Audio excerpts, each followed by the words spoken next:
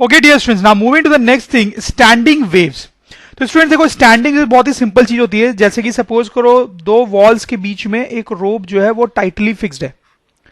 दो वॉल्स के बीच में एक रोप है जो टाइटली फिक्स्ड है स्टूडेंट्स। अब बचपन में आपने ऐसी सिचुएशन में कई बार रोप को प्लग किया होगा। तो रोप को प्लग करते हैं तो स्टूडेंट्स क्या होता है कि वो वाइब्रेट करने लगती है। जो रोप है वो इस तरह से वाइब्रेट करने लगती है स्टूडेंट्स। जैसे मान लो ये रोप सीधी है, ठीक है, ये थोड़ा सा ऊपर जाएगी ऐसे, फिर थोड़ा सा और ऊपर जाएगी, फिर और ऊपर जाएगी, ठीक है। तो पहले ये रोप इस तरह से ऊपर जाती है, फिर ये जो रोप है वो नीचे आती है, नीचे आएगी और ये स्ट्रेट हो जाएगी, फिर ये जो रोप है और नीचे आएगी इस तरीके से, फिर ये जो रोप है और भी नीचे आएगी, फिर और नीचे आएगी, फिर ये ऊपर जाएगी, और इसी तरीके से ये ऑसिलेट करती रहेगी, ऑसिलेट करती रहेगी। तो स्टूडेंट्स इसी को स्टैंडिंग वेव्स बोलते हैं, इसी को स्टैंडिंग वेव्स बोलते हैं। और स्टैंडिंग वेव कई टाइप की हो सकती है। जैसे मान लो अगर सही तरीके से इस रोप को प्लग किया जाए, सही तरीके से अगर इस रोप को डील किया जाए, तो और भी टाइप की स्टैंडिंग वेव्स बनाई जा सकती है। ये तो सबसे कॉमन टाइप की स्टैंडिंग वेव है, सबसे बेसिक टाइप की स्टैंडिंग वेव है। ऐसी स्टैंडिंग वेव भी बनाई जा सकती है, ठीक है स्टूडेंट्स। इसमें क्या हो रहा है कि ये रोप जो है वो स्ट्रेट है, ये रोप जो है स्ट्रेट है, थोड़ा सही नहीं बना। हाँ, तो देखो इसमें क्या होता है कि रोप स्ट्रेट रहती है, ठीक है, फिर रोप का ये वाला पार्ट जो है थोड़ा ऊपर जाता है, और ये वाला पार्ट जो है वो थोड़ा ऐसे नीचे आता है, ठीक है।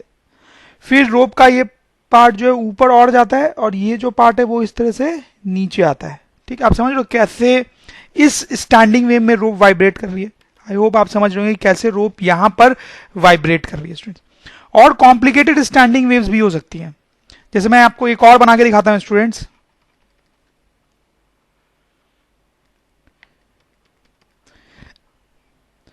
इस टाइप की स्टैंडिंग वेव्स भी हो सकती हैं। इसमें आप देखो क्या है कि रोप पहले ऐसे स्ट्रेट होगी, फिर रोप ऊपर जाएगी ऑसिलेट करते हुए, ये इधर से नीचे आएगी, ये ऊपर जाएगी, फिर ये और ऊपर जाएगी, ये नीचे आएगी, ये और ऊपर जाएगी। इस तरह से यहाँ पे वाइब्रेशन होता है, ठीक है। तो ये जो स्टैंडिंग वेव है इसमें एक लोब है, ये जो स्टैंडिंग वेव है इसमें दो लोब है। लोब मतलब ये एक लोब, ये दूसरा लोब। इसमें कितने लोब है? 1 2 3, इसमें 3 लोब है। और 4 5 6 ज्यादा लोब्स वाले भी स्टैंडिंग वेव्स बन सकते हैं, राइट स्टूडेंट्स। तो हो सकता है यहां पर आप थोड़ा सा अनकंफर्टेबल फील कर रहे हो। ये वाली जो स्टैंडिंग वेव है ये तो आपने देखी होगी, इसमें आपको कोई डाउट नहीं होगा। अभी हम इसके बारे में और बात करेंगे ऐसे तो, लेकिन ऐसी स्टैंडिंग वेव्स ही बन सकती हैं। ये थोड़ा सा आपको डाउटफुल लग रहा होगा कि सर बता तो रहे हैं बट ऐसा कभी देखा नहीं है। तो कोई बात नहीं स्टूडेंट्स, आपके लिए मेरे पास एक वीडियो है, उसमें आपको दिखाता हूं मैं कि कैसे ऐसी स्टैंडिंग वेव्स बन सकती है। तो स्टूडेंट्स सबसे पहले मैं आपको इस टाइप की स्टैंडिंग वेव इस वीडियो में दिखाऊंगा स्टूडेंट्स। इस टाइप की स्टैंडिंग वेव में ये है कि बीच का एक पॉइंट है जो मूव नहीं कर रहा है स्टूडेंट्स, लेकिन इधर वाले पॉइंट्स मूव कर रहे हैं और इधर वाले पॉइंट से मूव कर रहे हैं। फिर ये वाली जो स्टैंडिंग वेव है स्टूडेंट्स, उसमें ये बीच वाला पॉइंट है जो मूव नहीं कर रहा है, और ये जो बीच वाला पॉइंट है वो भी मूव नहीं कर रहा है स्टूडेंट्स, राइट। ठीक है, तो ये दोनों स्टैंडिंग वेव इस वीडियो में आपको दिखाऊंगा स्टूडेंट्स, आप केयरफुली देखेंगे। देखिए स्टूडेंट्स, ये वाली स्टैंडिंग वेव, ये वाली स्टैंडिंग वेव जो है वो आपको यहां पे दिखाई दे रही है। बीच का पॉइंट मूव नहीं कर रहा है, अगर आप ध्यान से नोटिस करेंगे तो बीच का पॉइंट मूव नहीं कर रहा है।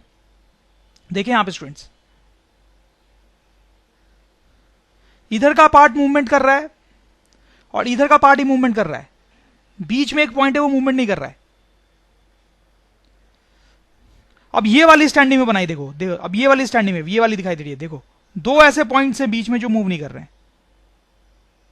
एक यहां पर है स्टूडेंट्स, एक यहां पर है। तो स्टूडेंट्स अगर आपको थोड़ा सा डाउट है, ठीक से नहीं समझ में आया, तो आपको रिवाइंड करके दोबारा 2 3 बार देखना चाहिए स्टूडेंट्स, तो आपका और क्लियर होगा स्टूडेंट्स, ठीक है। चलो एक बार और मैं आपको दिखाता हूं। तो अभी ये वाली स्टैंडिंग वेव दिखाई दे रही है आपको, ये वाली।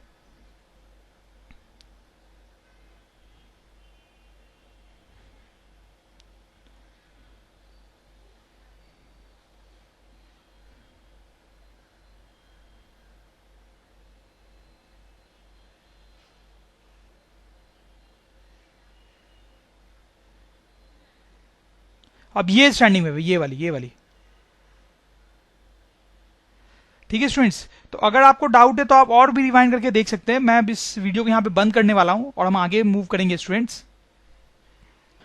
अब स्टूडेंट्स यहाँ पे थोड़ा सा ध्यान देने वाली बात है, अभी तक जो हम वेव्स पढ़ रहे थे उसमें क्या हो रहा था स्टूडेंट्स, जैसे मान लो ये एक रोप है, उस पे ऐसे साइन वेव होती थी, जो कि मान लो राइट की तरफ अगर मूव कर रही है तो थोड़ी देर बाद ये जो शेप है हमें इस तरह से आगे जाता हुआ ऐसे दिखाई देता था। फिर थोड़ी देर बाद ये जो शेप है वो और आगे चला जाता है, समथिंग लाइक दिस। ठीक है, तो स्टूडेंट्स आप देखो ये थोड़ी अलग टाइप की वेव थी और ये सब जो हम देख रहे हैं ये थोड़े अलग टाइप की वेव है। बेसिकली दो टाइप की वेव्स होती हैं। ये जो वेव है जो हम अभी तक देख रहे थे उसको ट्रैवलिंग वेव बोलते हैं, एक्चुअली उसको बोलते हैं ट्रैवलिंग वेव। ठीक है, और ये जो वेव्स हम अभी पढ़ रहे हैं इनको बोलते हैं स्टैंडिंग वेव्स, इनको बोलते हैं स्टैंडिंग वेव्स। तो देखो ये जो ट्रैवलिंग वेव है और ये जो स्टैंडिंग वेव है उसमें कई सारे डिफरेंसेस होते हैं जो कि अभी हम आगे देखेंगे, बट एक जो बेसिक डिफरेंस है मैं आपको बता देता हूं। इसको ट्रैवलिंग वेव इसलिए बोल रहे हैं क्योंकि इसमें जो शेप है वो आगे की तरफ जाता हुआ दिखाई देगा। ठीक है, और थोड़ी देर बाद देखूंगा तो शेप और आगे जाता हुआ चला गया होगा, राइट। तो इसमें जो शेप है वो ट्रैवल कर रहा होता है, आगे की तरफ जा रहा होता है या पीछे की तरफ जा रहा होगा, वेव पीछे की तरफ जा रही है तो that's why it is called travelling wave. अभी तक हम ऐसी वेव के बारे में पढ़ रहे थे। और स्टैंडिंग वेव में कुछ भी आगे पीछे नहीं जा रहा होता है, सच आप देखेंगे तो, क्योंकि देखो ये जो रोप है ये इस और इस वॉल के बीच में फिक्स्ड है, रोप जो है इस और इस वॉल के बीच में फिक्स्ड है, तो कोई शेप ऐसे आगे जा रहा हो ऐसा कुछ नहीं है, बस ये रोप ऊपर नीचे वाइब्रेट कर रही है। वैसे इस केस में कोई शेप आगे या पीछे जा रहा है ऐसा कुछ नहीं है, बस रोप ऊपर नीचे वाइब्रेट कर रही है। तो इसमें कोई भी शेप आगे पीछे नहीं जा रहा होता है, इसलिए इसको क्या बोलते हैं, स्टैंडिंग वेव। इसमें शेप आगे जा रहा होता है इसलिए इसको क्या बोलते हैं, ट्रैवलिंग वेव। ठीक है स्टूडेंट्स, और अगर कई बार सिर्फ वेव वर्ड का यूज किया गया है तो हम कौन सी वेव समझेंगे, सिर्फ वेव वर्ड का यूज किया गया है तो हम उसको ट्रैवलिंग वेव समझेंगे स्टूडेंट्स। ठीक है, ट्रैवलिंग वेव, तो कहीं पे ट्रैवलिंग वेव लिखा हुआ है तो आपको उसका मतलब समझ में आ गया, स्टैंडिंग वेव लिखा हुआ है तो आपको उसका मतलब समझ में आ गया, और सिर्फ वेव लिखा हुआ है तो हम कौन सी वेव मानेंगे, ट्रैवलिंग वेव। और भी कई सारे डिफरेंसेज हैं हमारे स्टैंडिंग और ट्रैवलिंग वेव में जो कि हम धीरे धीरे अभी पढ़ेंगे स्टूडेंट्स। तो स्टैंडिंग वेव्स के बारे में और थोड़ा डिटेल में देखेंगे। तो यहां पर आप देखो जैसे स्टूडेंट्स दो स्टैंडिंग वेव्स मैंने बनाई है, तो वो देखो क्या होता है जब ये रोप वाइब्रेट कर रही है, जब ये रोप वाइब्रेट कर रही है तो अगर मैं यहां का कोई पार्टिकल कंसीडर करूं, सपोज को रोप के बीचों बीच वाला पार्टिकल, तो ये कैसे मूव कर रहा है, ये पार्टिकल कैसे मूव कर रहा है। तो स्टूडेंट्स आप क्लियरली देख सकते हैं ये पार्टिकल इस तरह से ऊपर नीचे ऑसिलेट कर रहा है, ये पार्टिकल इस तरह से ऊपर नीचे ऑसिलेट कर रहा है, ये पार्टिकल इस तरह से ऊपर नीचे ऑसिलेट कर रहा है। अगर मैं इस पार्टिकल की बात करूं तो इसका मोशन कैसे हो रहा है, ये इस तरह से ऑसिलेट कर रहा है, इस तरह से ऑसिलेट कर रहा है। इस पार्टिकल को देखूं तो ये इस तरह से ऑसिलेट कर रहा है। ठीक है स्टूडेंट्स, वैसे मैं इधर के पार्टिकल्स की बात कर सकता हूं, इसमें भी मैं देखूंगा तो ये पार्टिकल जो है ऑसिलेट कर रहा है, ये पार्टिकल जो है ये ऑसिलेट कर रहा है, ये पार्टिकल जो है ये ऑसिलेट कर रहा है, ये पार्टिकल जो है ये ऑसिलेट कर रहा है।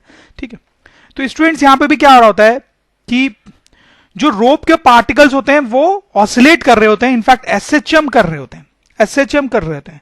Particles of rope, particles of rope do SHM. Rope के पार्टिकल्स क्या कर रहे हैं, एसएचएम कर रहे हैं, सबके सब एसएचएम कर रहे हैं स्टूडेंट्स, सबके सब एसएचएम कर रहे हैं। ठीक है, दूसरा पॉइंट स्टूडेंट्स ये है कि जब ये एसएचएम कर रहे हैं तो आप देखें क्या उनका एम्पलीट्यूड सेम है, क्या उनका एम्पलीट्यूड सेम है। आपको क्लियरली दिख जाएगा स्टूडेंट्स कि ये जो है इसका एम्पलीट्यूड ज्यादा है, इसका कम है, इसका और कम है। वैसे यहां पर भी सबका एम्पलीट्यूड अलग है, इनफैक्ट ये पॉइंट तो ऑसिलेट ही नहीं कर रहा है अगर आप ध्यान से देखेंगे तो, इसके बारे में और बात करेंगे हम भी। तो हम बोल सकते हैं इसका एम्पलीट्यूड तो जीरो है, इसका एम्पलीट्यूड तो जीरो है। तो particles of rope do SHM with different amplitude, with different amplitude. SHM तो करते हैं लेकिन उनका एम्पलीट्यूड क्या होता है स्टूडेंट्स, अलग, तो विथ डिफरेंट एम्पलीट्यूड। ठीक है स्टूडेंट्स, और ध्यान देंगे अब सबके टाइम पीरियड पे ध्यान देंगे। टाइम पीरियड होता क्या है स्टूडेंट्स कि ये सब एसएचएम कर रहे हैं, एम्पलीट्यूड इनका अलग है, different amplitude, but same time period होता है इनका, same time period, time period के एसएचएम का सेम होता है। आप क्लियर देख सकते हैं कि टाइम पीरियड कैसे सेम है। जैसे पहले ये रोप स्ट्रेट है, ठीक है, जब ये रोप स्ट्रेट है तो सारे के सारे पार्टिकल्स मीन पोजीशन पे, जब ये रोप स्ट्रेट है तो सारे के सारे पार्टिकल्स कैसे होंगे स्टूडेंट्स, मीन पोजीशन पे। जब ये रोप स्ट्रेट है तो सारे के सारे पार्टिकल्स एक साथ मीन पोजीशन पे होंगे। फिर ये रोप ऊपर जाती है, फिर रोप ऊपर जाती है, फिर ये रोप यहां पर जाती है। ठीक है, अब ये रोप यहां गई। ठीक है, तो आप देख सकते हैं सब के सब साथ साथ अपने स्ट्रीम पे हैं। ये जो पार्टिकल है उसका स्ट्रीम यहां है, ये जो पार्टिकल है उसका स्ट्रीम यहां है, ये जो पार्टिकल है उसका स्ट्रीम यहां है। ठीक है, तो जब ये रोप यहां पर आई है, जब ये रोप यहां पे आई है, तो सारे पार्टिकल साथ साथ स्ट्रीम पे हैं। तो पहले सब साथ साथ मीन पे थे, अब साथ साथ स्ट्रीम पे हैं। ठीक है, साथ साथ स्ट्रीम पे, ध्यान देंगे। और फिर ये जब रोप नीचे आएगी, जब ये रोप नीचे आएगी, जब ये रोप नीचे आएगी, तो सब साथ के साथ वापस से मीन पोजीशन पे आएंगे। तो आप क्लियरली देख सकते हैं कि सबका टाइम पीरियड क्या है student, same, time period same है। ठीक है, जितने देर में ये पार्टिकल अपने मीन से स्ट्रीम में जा रहा है, उतनी देर में ये पार्टिकल भी अपने मीन से स्ट्रीम पे जा रहा है। जितनी देर में ये पार्टिकल अपने मीन से स्ट्रीम पे जा रहा है, उतनी देर में ये पार्टिकल अपने मीन से स्ट्रीम में जा रहा है। तो सबका टाइम पीरियड क्या होता है, सेम होता है। Students, this is very important कि स्टैंडिंग वेव में पार्टिकल्स जो हैं वो एसएचएम करते हैं with different amplitude but with same time period. Okay students, now will talk about phase. तो फेज के बारे में क्या बोल सकते हैं स्टूडेंट, थोड़ा सा आपको शायद समझ में आ ही गया होगा फेज की कहानी। अगर आप ध्यान से देखेंगे तो आपको खुद ही समझ में आ जाएगा फेज की क्या कहानी है स्टूडेंट्स। जैसे देखो, अगर आप इसको देखें तो सबके सब साथ साथ मीन पोजीशन पे थे, साथ साथ मीन पोजीशन पे थे, सबको साथ साथ मीन पोजीशन पे थे। तो उस टाइम सबका फेज कितना था स्टूडेंट, 0। फिर साथ साथ ये पॉजिटिव स्ट्रीम पे आया, साथ साथ पॉजिटिव स्ट्रीम पे आया, तो सबका फेज कितना था, π/2। ठीक है, तो सबका फेज ऐसा लग रहा है कि सेम ही होता है, सबका फेज सेम ही होता है। ठीक है, इसको ध्यान से देखें, इसमें क्या है, आप ध्यान से देखो, ये रोप ऐसे स्ट्रेट होती है। ठीक है, ये रोप जो है वो ऐसे स्ट्रेट होती है। Okay, let me rub this vertical lines. Okay, तो ये रोप इस तरह से स्ट्रेट होती है। ठीक है, फिर ये रोप ऐसे हो जाती है, फिर ये रोप इधर, ये वाले ये रोप ऐसे ऊपर की तरफ होती है, तो इधर वाली रोप जो है वो नीचे वाले स्ट्रीम पे होती है। आप समझ रहे हो मेरी बात को? तो आप थोड़ा ध्यान से देखो फेज को। जब इधर यहां पर अगर मैं पार्टिकल्स को लूं, यहां पे अगर मैं पार्टिकल्स को लूं, तो ये सब अपने मीन पोजीशन पे हैं, यहां वाले पार्टिकल्स भी जो हैं वो अपने मीन पोजीशन पे। जब रोप सीधी है तो सारे के सारे मीन पोजीशन, रोप सीधे है तो सारे के सारे मीन पोजीशन पे। लेकिन ये ऊपर की तरफ जा रहे हैं और ये जो है वो सब नीचे की तरफ जा रहे हैं। ये सब ऊपर जा रहे हैं और ये सब जो है स्टूडेंट्स नीचे जा रहे हैं। ठीक है, समझ रहे हो आप? तो ये सब पॉजिटिव साइड में जा रहे हैं और ये सब निगेटिव साइड में जा रहे हैं। तो उस केस में स्टूडेंट्स इनका फेज कितना है, आज समझ रहे, इनका फेज अभी 0 है और इनका फेज कितना है स्टूडेंट्स, कितना है, पाई, क्योंकि ये निगेटिव साइड में जा रहे हैं तो इनका फेज पाई है। ठीक है, फिर ये जब पॉजिटिव स्ट्रीम पे पहुंच गए तो इनका फेज π/2 हो गया सबका। उस टाइम पे सब निगेटिव स्ट्रीम पे पहुंचेंगे, निगेटिव स्ट्रीम पे पहुंचेंगे, तो इनका फेज कितना होगा, π/2। तो स्टूडेंट्स, आपको क्या कहानी समझ में आ रही है यहां पे? तो आप अगर ध्यान से देखेंगे तो अगर हम एक लोब की बात कर रहे हैं, एक लोब की हम बात कर रहे हैं, एक लोब की, तो सारे पार्टिकल्स का सेम फेज है। एक लोब की बात कर रहे हैं तो सारे पार्टिकल्स का सेम फेज है, सबके सब साथ में मीन पे हैं और ऊपर की तरफ जा रहे हैं, सबका फेज 0। सबके सब साथ में पॉजिटिव स्ट्रीम पे, सबके सब साथ में पॉजिटिव स्ट्रीम पे, तो सबका फेज क्या है, पाई है। तो अगर हम एक लोब की बात करेंगे तो सारे पार्टिकल का सेम फेज होता है, सारे पार्टिकल सेम फेज होता है। वैसे इसमें, सिर्फ इसमें देखेंगे तो सारे के सारे का फेज अभी क्या है, पाई। यहां पॉइंट पे सबका सब फेज कितना है, -π/2। तो यहां पर भी सबका फेज क्या है स्टूडेंट, सेम। ठीक है, तो एक लोब में जितने भी पार्टिकल्स होते हैं सबका फेज क्या होता है, सेम। लेकिन आप समझ गए होंगे कि अगर मैं एक पार्टिकल इस लोब में लूं और एक पार्टिकल इस लोब में लूं तो क्या उनका फेज सेम होगा, क्या उनका फेज सेम होगा? नहीं स्टूडेंट्स, उनमें फेज डिफरेंस होगा। कितना फेज डिफरेंस होगा, पाई का फेज डिफरेंस होगा। देखो, इसका फेज जब 0 है तो इसका पाई है, फेज डिफरेंस पाई का। इसका π/2 है तो इसका -π/2 है। ठीक है, तो स्टूडेंट्स, फेज की कहानी कुछ ऐसी है कि all particles in a lobe have same phase. एक ही लोब में जितने भी पार्टिकल्स होंगे सबका फेज सेम होगा। मतलब यहां पर इस लोब में सारे पार्टिकल का फेज क्या है, same. Particles in adjacent phases, particles in adjacent lobes have phase difference of pi, जैसे स्टूडेंट्स ये वाला स्टैंडिंग वेव, इसमें 3 लोब है, उसकी कहानी देखो, आपको समझ में आ जाएगा और क्या हो रहा है यहां पे। तो मान लो ये रोप पहले सीधी है, ठीक है स्टूडेंट्स, थोड़ी देर बाद ये रोप ऐसे होने वाली है, ये ऊपर, ये नीचे और ये ऊपर, पहले भी हमने देखा है। ठीक है स्टूडेंट्स, अब आप जरा ध्यान से देखो कि यहां पे क्या हुआ है कि अगर मैं यहाँ के पार्टिकल्स लूं, ठीक है, ये कुछ यहाँ पे पार्टिकल्स लूं और यहाँ पे कुछ पार्टिकल्स लूं, तो सबके सब मीन पोजीशन पे, सबके सब मीन पोजीशन पे, ठीक है, लेकिन ये सारे पार्टिकल्स किधर जा रहे हैं, ऊपर, ये सारे पार्टिकल्स नीचे, ये सारे पार्टिकल्स ऊपर।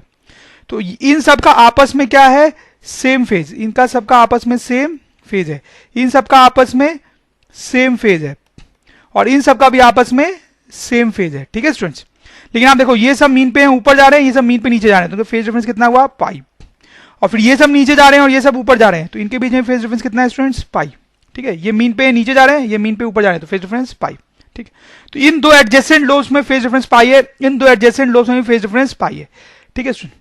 लेकिन अगर आप इसमें और इसमें फेज डिफरेंस देखेंगे तो कितना है, इसमें और इसमें फेज डिफरेंस कितना है, तो यहां से यहां फेज डिफरेंस पाई है, फिर यहां से यहां फेज डिफरेंस पाई है, तो इन दोनों में फेज डिफरेंस कितना हो जाएगा स्टूडेंट्स, 2 पाई। इन दोनों में फेज डिफरेंस कितना हो जाएगा, 2 पाई, 2 पाई, ठीक है, which is actually equivalent to 0, right. तो phase difference of 2 pi is equivalent to 0। तो इसमें और इसमें कोई फेज डिफरेंस नहीं है, राइट। आप ऐसे भी देख सकते हो, ये मीन पे ऊपर जा रहे हैं, ये भी मीन पे ऊपर जा रहे हैं, ठीक है। तो स्टूडेंट्स कहानी क्या होती है कि एक लोब में सेम फेज, दूसरे में जाएंगे तो फेज डिफरेंस पाई से चेंज होएगा, फिर इसमें जाएंगे तो फेज डिफरेंस फिर से पाई से चेंज होएगा। तो फर्स्ट और थर्ड में फेज क्या होगा, same.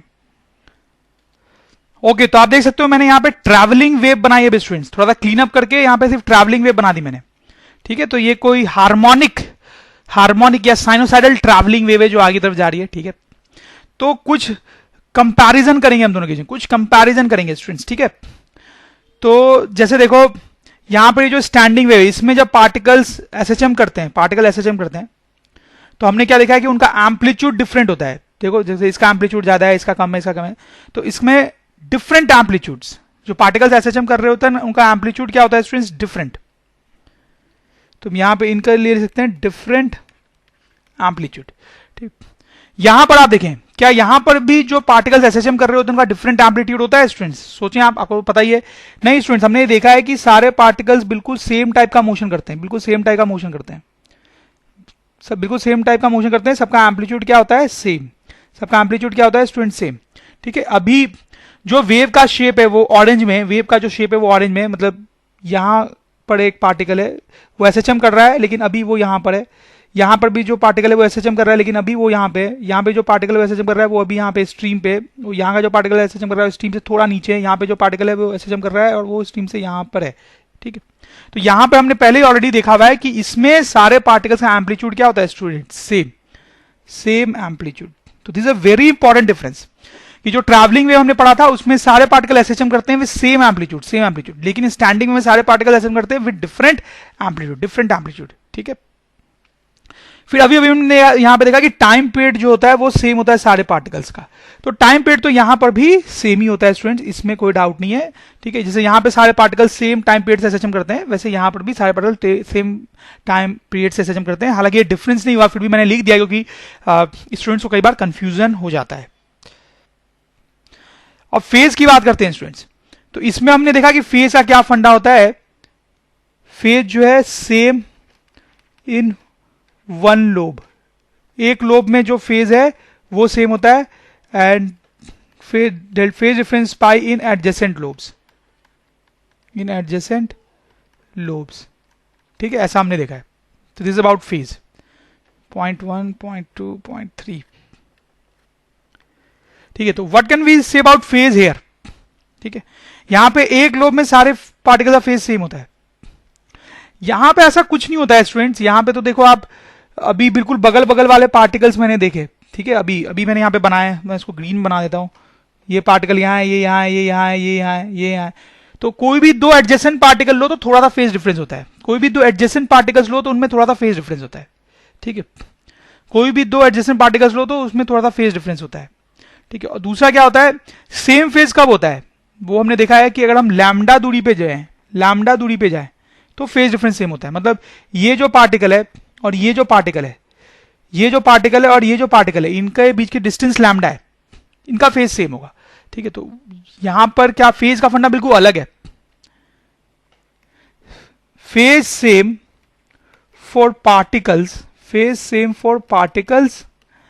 At a distance of 2n पाई, ठीक है। for any two adjacent particles phase is slightly different. Phase is slightly different. Okay, तो ये सारे डिफरेंसेस तो अभी हमने देखे. एक डिफरेंस होते पहले और हमने देखा था स्टूडेंट, जो हम लिख सकते हैं कि यहां पर कोई शेप आगे या पीछे मूव नहीं कर रहा होता है, यहां पर शेप आगे या पीछे मूव कर रहा होता है. ठीक है, तो a shape propagates in some direction. किसी डायरेक्शन में एक शेप प्रोपगेट कर रहा होता है, वही direction of propagation of wave कहलाती है. इसमें नो शेप प्रोपगेट्स, यहां पे कोई शेप प्रोपगेट नहीं कर रहा होता है. ठीक है, एक और डिफरेंस है स्टूडेंट्स जो मैं यहां पे अभी लिख तो देता हूं, हालांकि अभी आप उसको समझने की ज्यादा कोशिश नहीं करेंगे. आप कोशिश करेंगे तो कंफ्यूज हो जाएंगे, तो उस पर आप ज्यादा ध्यान नहीं देंगे. मैं लिख देता हूं इस चैप्टर में लैटर ऑन. ठीक है, लैटर ऑन हम उस पर थोड़ा सा ध्यान देंगे. ठीक है, इसमें एनर्जी इज ट्रांसपोर्टेड,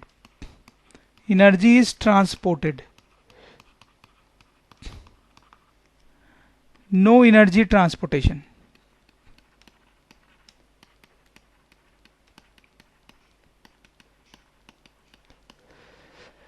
तो थोड़ा सा मैं आपको बता भी सकता हूं, ऐसा नहीं है. तो यहां पर जब शेप आगे की तरफ मूव करता है, तो एनर्जी भी आगे की तरफ जाती है.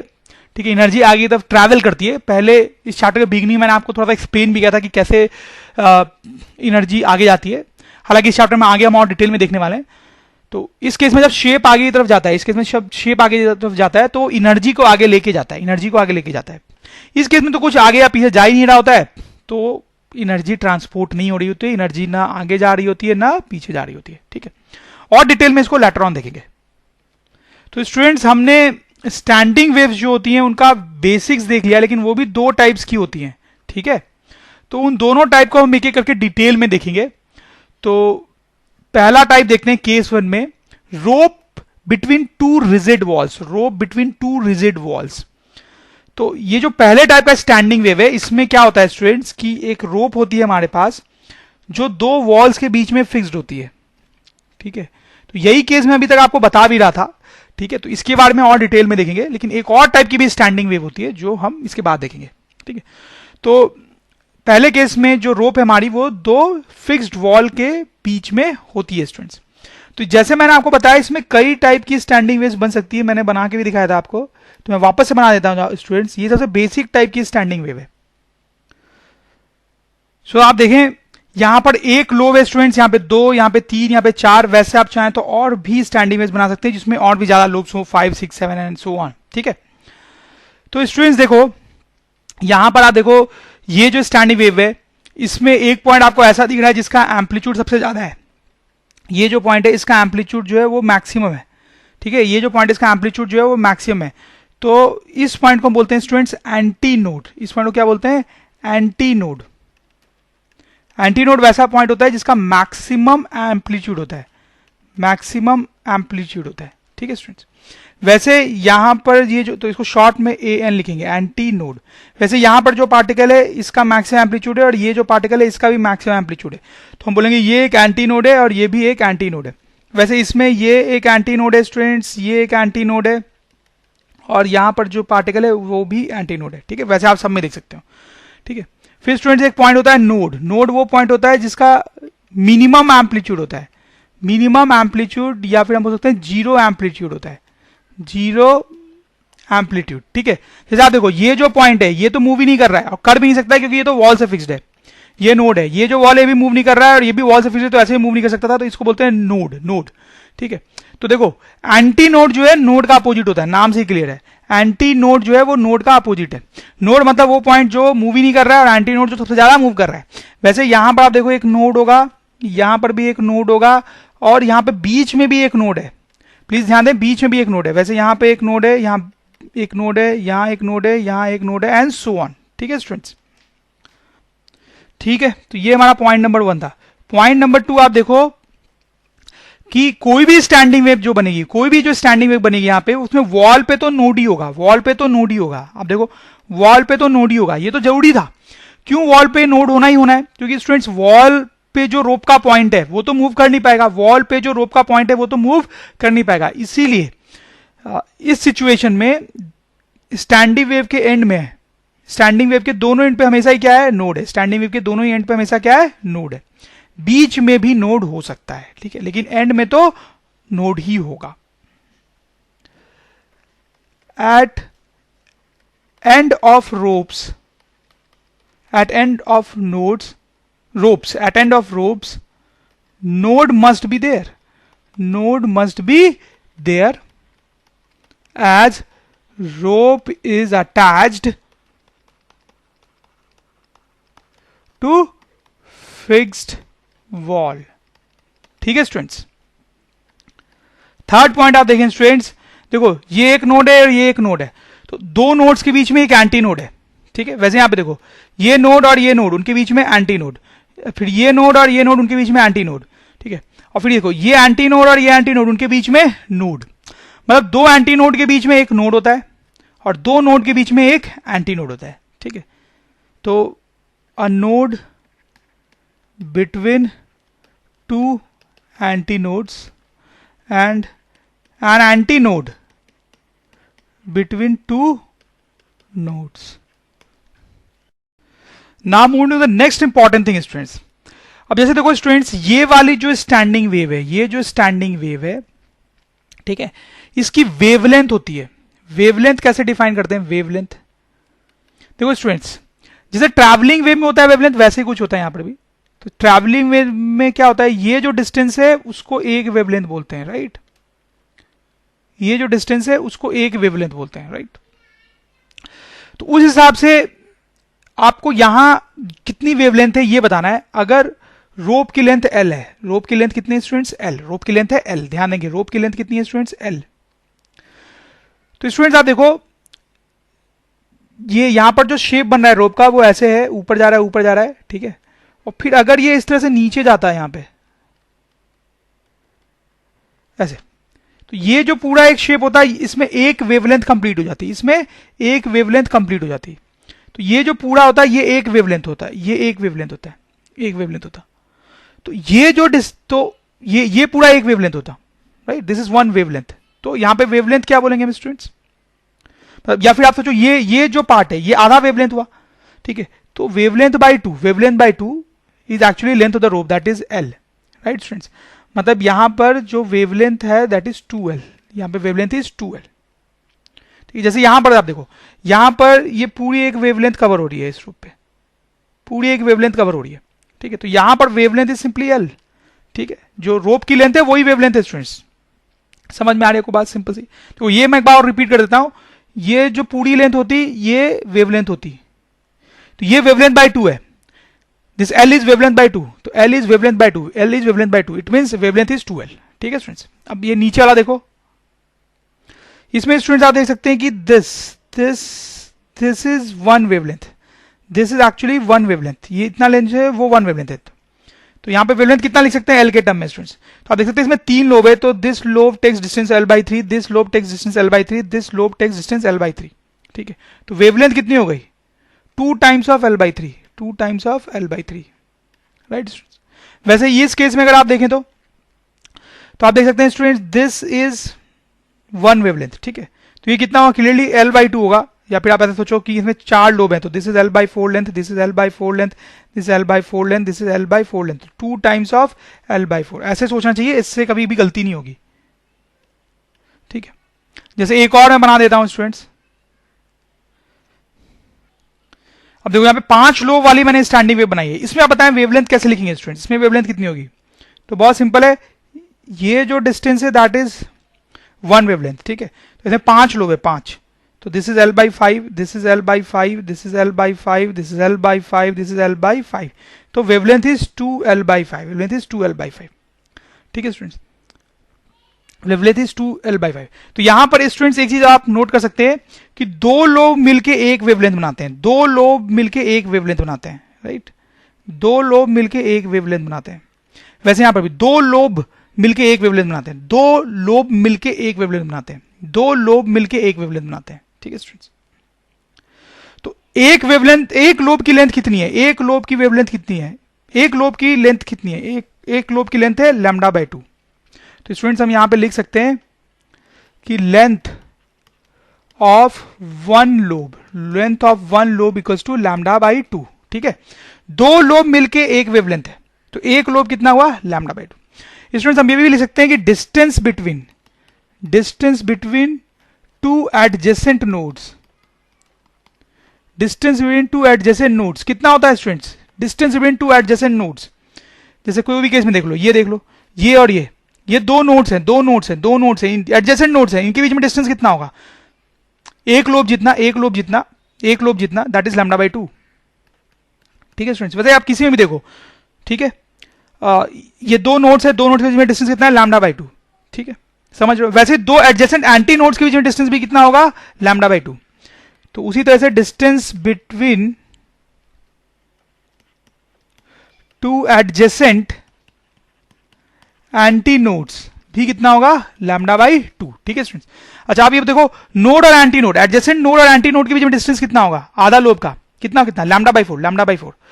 तो distance between adjacent node and anti node, that is how much, lambda by 4। तो स्टूडेंट्स ये कुछ चीजें हैं जो बहुत सिंपल है और हमें याद रखनी होगी। ओके, तो ये देखो सबकी हमने वेवलेंथ लिखी थी, उसमें एक पैटर्न आपको दिखेगा अगर आप ध्यान से देखोगे तो। देखो इसको आप लिखो थोड़ा चेंज करके 2L बाई 2, और इसको लिखो 2L बाई 1। ठीक है, लिख सकते हैं इसको 2L को 2L बाई 1। तो अब देखो क्या पैटर्न दिखेगा, पहले केस में, पहले वाले स्टैंडिंग वेव में लैम्डा कितना आया, 2L बाई 1, दूसरे वाले केस में आया 2L बाई 2, तीसरे केस में 2L बाई 3, फिर 2L बाई 4, 2L बाई 5। तो पैटर्न दिख रहा है आपको। आप नीचे वाला नंबर देखें, यहाँ पे 1 है, यहाँ पे 2 है, यहाँ पे 3 है, यहाँ पे 4 है, यहाँ पे 5 है। ठीक है, तो that is the number of lobes, basically, right. तो यहां से आप ये कंक्लूड भी कर सकते हैं कि वेवलेंथ जो आती है that is 2 times of length divide by number of lobes, 2L by number of lobes 1, 2L by number of lobes that is 2, 2L divided by number of lobes that is 3, 2L divided by number of lobes that is 4 and so on। तो और आगे भी standing waves बनाएंगे तो यही formula follow होगा students. तो students आप इसको याद भी रख सकते हैं, जिससे कई बार न्यूमेरिकल सॉल्व करना हम देखेंगे बहुत इजी हो सकता है। ठीक है, कि अगर हमारे पास ऐसी स्टैंडिंग वेव्स है, बिटवीन टू वॉल्स, ठीक है, तो जो स्टैंडिंग वेव का वेवलेंथ होगा उसका फॉर्मूला है 2L divide by number of lobes, very simple. ठीक है, अब स्टूडेंट देखो यहां पे हमने वेवलेंथ लिख ली, वेवलेंथ सारी स्टैंडिंग वेव्स की। अब इन स्टैंडिंग वेव्स की हम फ्रीक्वेंसी भी लिख सकते हैं, देखो फ्रीक्वेंसी कैसे लिखेंगे स्टूडेंट्स, तो फ्रीक्वेंसी का फॉर्मूला क्या होता है students, V upon lambda, frequency का फॉर्मूला V अपॉन लैम्डा होता है। ठीक है, तो स्टूडेंट्स वहां से हम लिख सकते हैं कि frequency will be how much, frequency will be, और let me write straight away here, lambda की जगह पे मैं क्या लिख सकता हूँ यहाँ पे 2L बाई 1, यहाँ पे 2L बाई 1, तो आई जस्ट राइट 2L। ठीक है, राइट, तो फ्रीक्वेंसी का फॉर्मूला था V अपॉन लैम्डा। ठीक है, तो लैम्डा की जगह पे 2L। ये वाले जो स्टैंडिंग वेव है इसकी अगर फ्रीक्वेंसी में लिखूंगा तो again V upon lambda, but the lambda here is 2L divide by 2। यहां पर फ्रीक्वेंसी उसी तरह से लिखूंगा स्टूडेंट्स, कितनी, V upon this that is 2L by 3। यहां पर फ्रीक्वेंसी कैसे लिखूंगा, V अपॉन 2L बाई 4। यहां पर फ्रीक्वेंसी कैसे लिखूंगा, V अपॉन 2L बाई 5। ठीक है, बहुत सिंपल है। ठीक, इसको थोड़ा रीअरेंज भी कर सकते हैं, इसको अगर हम ऐसा लिख सकते हैं कि 2 times of V upon 2L, इसको लिख सकते हैं 3 times of V upon 2L, इसको लिख सकते हैं 4 times of V upon 2L, इसको लिख सकते हैं 5 times of V upon 2L। ठीक है, और इसको लिख सकते हैं 1 times of V upon 2L। तो फ्रीक्वेंसी में भी एक पैटर्न है, आप देख सकते हो। ठीक है, this 1 time of V upon 2L, 2 times of v upon 2l, 3 times of v upon 2l and so on. ठीक है स्टूडेंट्स, तो इसमें आप सिर्फ ये जो पहली वाली फ्रीक्वेंसी है वो याद रखें। ठीक है, सिर्फ पहले वाली फ्रीक्वेंसी जो है वो याद रखें कि जो सबसे सिंपलेस्ट टाइप की स्टैंडिंग वेव है, सबसे सिंपलेस्ट टाइप की जो स्टैंडिंग वेव यहां पे बन रही है उसकी फ्रीक्वेंसी v अपॉन 2l है, उसकी फ्रीक्वेंसी v अपॉन 2l है, ये याद होना चाहिए स्टूडेंट्स, ये बड़ा इंपॉर्टेंट है। उसकी फ्रीक्वेंसी कितनी है, v अपॉन 2l, फ्रीक्वेंसी कितनी है, v अपॉन 2l। ठीक है, उसके बाद अगर उसके बाद वाली स्टैंडिंग वेव बन रही है जिसमें 2 लोब है तो आप इसको 2 से मल्टीप्लाई कर दोगे। उसके बाद वाली स्टैंडिंग वेव बन रही है जिसमें 3 लोब है तो 3 upon 2l and so on. ठीक है, तो यहां पे भी हम चाहें तो ऐसा लिख सकते हैं कि frequency is number of lobes into v upon 2l। ठीक है स्टूडेंट्स, इंपॉर्टेंट। ओके, तो आप देख सकते हैं स्टूडेंट्स जो अलग अलग स्टैंडिंग वेव्स हमारी बनी है, अलग अलग स्टैंडिंग वेव्स बनी है, उन सबकी अलग अलग वेवलेंथ है, उन सबकी अलग अलग फ्रीक्वेंसी है, कैसे हमने निकाली है आपको बहुत क्लियर हो गया होगा। अब देखें स्टूडेंट्स, यहां पे एक इंटरेस्टिंग और इंपॉर्टेंट चीज मैं आपको बताता हूं। ये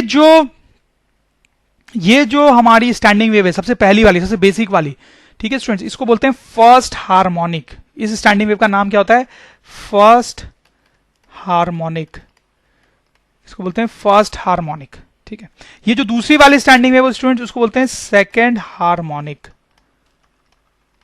जो तीसरी वाली स्टैंडिंग वेव है इसको बोलते हैं third harmonic, fourth harmonic, fifth harmonic and so on and so on. ठीक है, तो फर्स्ट हार्मोनिक की जो स्टैंडिंग वेव होती है उसकी frequency is v upon 2l। Second harmonic की जो फ्रीक्वेंसी है that is 2 times of that, then it is 3 times of that and 4 times of that and so on. ठीक है, समझ में आ रही बात। तो इस तरह से इन स्टैंडिंग वेव्स का नाम रखा जाता है, इसको बोलते हैं फर्स्ट हार्मोनिक, इसको सेकंड, इसको थर्ड, इसको फोर्थ, इसको फिफ्थ एंड सो ऑन। एक और तरीके से भी नोमेनक्लेचर किया जाता है इन स्टैंडिंग वेव्स का। देखो दूसरे तरीके से इसका नाम कैसे रखते हैं, तो ये जो पहली वाली है इसको बोलते हैं फंडामेंटल स्टैंडिंग वेव या फंडामेंटल फ्रीक्वेंसी।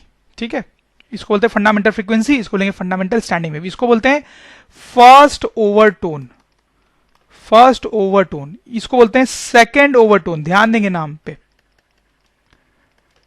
इसको बोलेंगे थर्ड ओवरटोन, थर्ड ओवरटोन, इसको बोलेंगे फोर्थ ओवरटोन। तो आप ध्यान देंगे ओवरटोन वाला थोड़ा सा कॉम्प्लिकेट लग सकता है आपको। पहले वाले को हमने बोला फंडामेंटल, पहले वाले को क्या बोला हमने, फंडामेंटल। फर्स्ट ओवरटोन का मतलब होता है कि फंडामेंटल के बाद ये पहला है, फंडामेंटल के बाद ये पहला है, फंडामेंटल के बाद ये पहला है। ठीक है, सेकंड ओवरटोन, सेकंड ओवरटोन, इसको बोला सेकंड ओवरटोन क्योंकि फंडामेंटल के बाद ये दूसरा है। तो ये ओवरटोन वाला नोमेनक्लेचर जो इस तरीके से होता है, आपको ध्यान रखना होगा। तो फाइन स्टूडेंट्स, तो हमने ये देखा कि ये स्टैंडिंग वेव्स के बारे में हमने देखा जब रोप 2 वॉल के बीच में फिक्स्ड होती है, 2 वॉल के बीच में फिक्स्ड होती है। अब हम दूसरा केस देखेंगे students, rope with 1 and free. हालांकि पहले वाले केस पे हम वापस भी आएंगे थोड़ी देर बाद, बट अभी हम देखेंगे दूसरा केस। देखो इस केस में क्या होता है स्टूडेंट्स, आप देखें कि रोप का एक एंड जो होता है वो फिक्स्ड होता है, वो वॉल से अटैच होता है। ठीक है, लेकिन दूसरा एंड जो रोप का होता है वो फ्री होता है, फ्री होता है। तो फ्री एंड कैसे बनाते हैं मैंने आपको बताया है, वो एक रिंग से अटैच करके, मासलेस रिंग से या भी बहुत हल्की रोप से अटैच करके। तो एनीवे वो चीज हम यहां पर रिपीट नहीं करेंगे। तो एक एंड फिक्स्ड है और दूसरा एंड फ्री है। अब क्या होगा, अब कैसी स्टैंडिंग वेव्स बनती है वो हम यहां पे देखेंगे। तो आप देखिए यहां पर जो स्टैंडिंग वेव्स बनती है थोड़ा सा आपको ध्यान देना पड़ेगा। जो सबसे सिंपल स्टैंडिंग वेव बन सकती है वो कुछ ऐसी बनती है स्टूडेंट्स, समथिंग लाइक दिस। ठीक है, समथिंग लाइक दिस। अभी मैं 1-2 और बनाऊंगा तब आपको पहले वाली समझ में आएगी कि उसमें क्या हो रहा है। दूसरी जो स्टैंडिंग वेव बन सकती है उसमें वो कुछ ऐसी है। तीसरी जो स्टैंडिंग वेव उसमें बन सकती है वो कुछ ऐसा होगा, कुछ ऐसा है स्टूडेंट्स। तो देखो यहां पे क्या हो रहा है कि जैसे पहले वाला, ये वाला बताता हूं आपको। ठीक है, ये वाला बताता हूं। तो यहां पर आप स्टूडेंट्स के लिए देख सकते हो एक नोड है। ठीक है, यहां पे एक नोड है, यहां पे नोड है, यहां पे एंटी नोड है, यहां पे एंटी नोड है और यहां पे एंटी नोड है। ठीक है, ऐसी स्टैंडिंग वेव बनी यहां पे। ठीक है, ये जो पार्टिकल है ये बहुत ज्यादा एम्पलीट्यूड के साथ ऑसिलेट कर रहा है, ये कम एम्पलीट्यूड के साथ ऑसिलेट कर रहा है, ये ऑसिलेट ही नहीं कर रहा है। फिर इसमें भी आपको पता है क्या हो रहा है। यहां पर आप देखो ये एक आधा लोब है, दिस इज हाफ लोब। ठीक है, half lobe, this is half lobe. इसमें जो रोप का एंड है वो एंटी नोड है, रोप का जो एंड है वो क्या है, anti node, anti node, anti node, anti node. ठीक है। वैसे इसमें भी आप देख सकते हो, यहाँ पर नोड है, यहाँ पे नोड है, यहाँ पे नोड है, यहाँ पे भी नोड है, और रोप के एंड पे क्या होता है, एंटी नोड। रोप के एंड पे क्या है, एंटी नोड। तो ये जो है ये फुल एम्पलीट्यूड, मैक्सिमम एम्पलीट्यूड के साथ ऑसिलेट कर रहे हैं, ठीक है। वैसे यहां पर भी ये जो रोप का एंड है वो क्या है, एंटी नोड, एंटी नोड।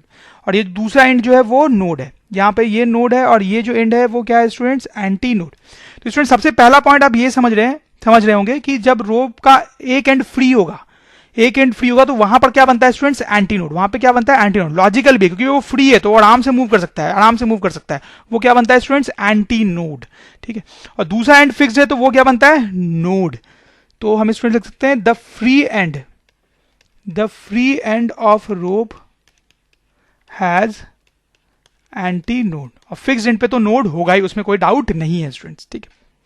तो स्टूडेंट्स आप यहां पर देखें, ये आधा लोब है, this is half a lobe, this is half a lobe. यहां पे आपको देखने में दिक्कत हो रही होगी, बट यू कैन अंडरस्टैंड, थोड़ा सा ध्यान देंगे तो this is half a lobe. अगर ये ऐसा होता तो पूरा लोब हो जाता, पूरा लोब हो जाता, ठीक है। But this is right now half a lobe. यहां पर कितना है, this is like one lobe and this is half, so this like 1.5 lobe. यहां पे 2.5 लोब, यहां पे 3.5 लोब।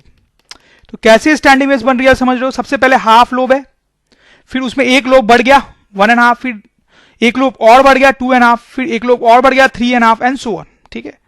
तो पहली जो स्टैंडिंग बनी वेव बनी उसमें हाफ लोब, फिर दूसरे में एक ज्यादा, फिर और एक ज्यादा, फिर और एक ज्यादा एंड सो ऑन, ठीक है। तो जो पहला केस हमने देखा था 2 वॉल केस में, उसमें भी कुछ इसी टाइप का पैटर्न था। देखो उसमें क्या था, पहले एक लोब, फिर एक बढ़ा 2 लोब, फिर एक और बढ़ा 3 लोब, फिर एक और बढ़ा 4 लोब, ठीक है। भाई इसमें डिफरेंस ये है कि स्टार्टिंग में एक लोब था, फिर एक एक लोब बढ़ता गया। स्टार्टिंग में एक लोब है, फिर एक एक लोब बढ़ता गया।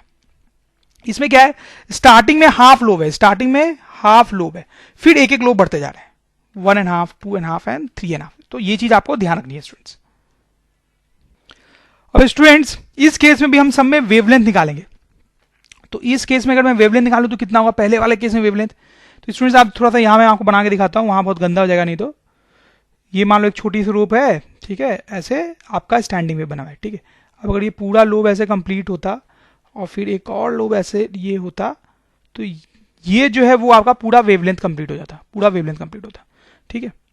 तो अभी ये जो पार्ट है that is lambda by 4, that is simply lambda by 4। तो lambda by 4 is equal to length of rope, length of rope L ले लेते हैं फिर से। Lambda by 4 is simply L, right. ये पूरा एक वेवलेंथ होता, उसका 1/4 ही है आपके पास, so that is lambda by 4, this is lambda by 4, lambda by 4 is L, ठीक है। या फिर आप ऐसे भी देख सकते हैं कि ये नोड है और ये एंटी नोड है। तो थोड़ी देर पहले हमने याद किया था कि नोड और एंटी नोड के बीच में डिस्टेंस कितना होता है, लैम्डा बाई 4। नोड और एंटी नोड के बीच में डिस्टेंस कितना होता है, लैम्डा बाई 4, लैम्डा बाई 4, ठीक है। तो यहां से हमारे पास लैम्डा आ गया 4L, लैम्डा आ गया 4L, ठीक है स्टूडेंट्स। इस केस में लैम्डा कितना होगा बताएं आप। तो स्टूडेंट देखो कैसे लैम्डा निकालना चाहिए इन केसेस में। आप इसको ऐसे 3 आधे लोब में डिवाइड कर लो, 3 आधे लोब में डिवाइड कर लो, 3 आधे लोब में। तो this distance will be L by 3, this distance will be L by 3, this distance will be L by 3, ठीक है। तो यहां पे अब लैम्डा हो जाएगा 4L बाई 3, 4L बाई 3, मतलब कुछ इस तरह से 4 टाइम्स ऑफ L बाई 3। देखो आधे लोब की डिस्टेंस है L बाई 3, आधे लोब की डिस्टेंस है L बाई 3, ठीक है। तो इसको 4 से मल्टीप्लाई कर दो तो वेवलेंथ आ जाएगा, 4 से मल्टीप्लाई कर दो तो वेवलेंथ आ जाएगा, राइट। क्योंकि वेवलेंथ में, एक वेवलेंथ में 2 लोब्स होते हैं, एक वेवलेंथ में 2 लोब्स होते हैं। एक वेवलेंथ में कितने लोब होते हैं स्टूडेंट, 2 लोब होते हैं, एक वेवलेंथ में 2 लोब होते हैं। तो आधे आधे आधे लोब का लेंथ, आधे लोब का लेंथ मैंने लिया, उसको 4 से मल्टीप्लाई कर दिया, सिंपल, ठीक है।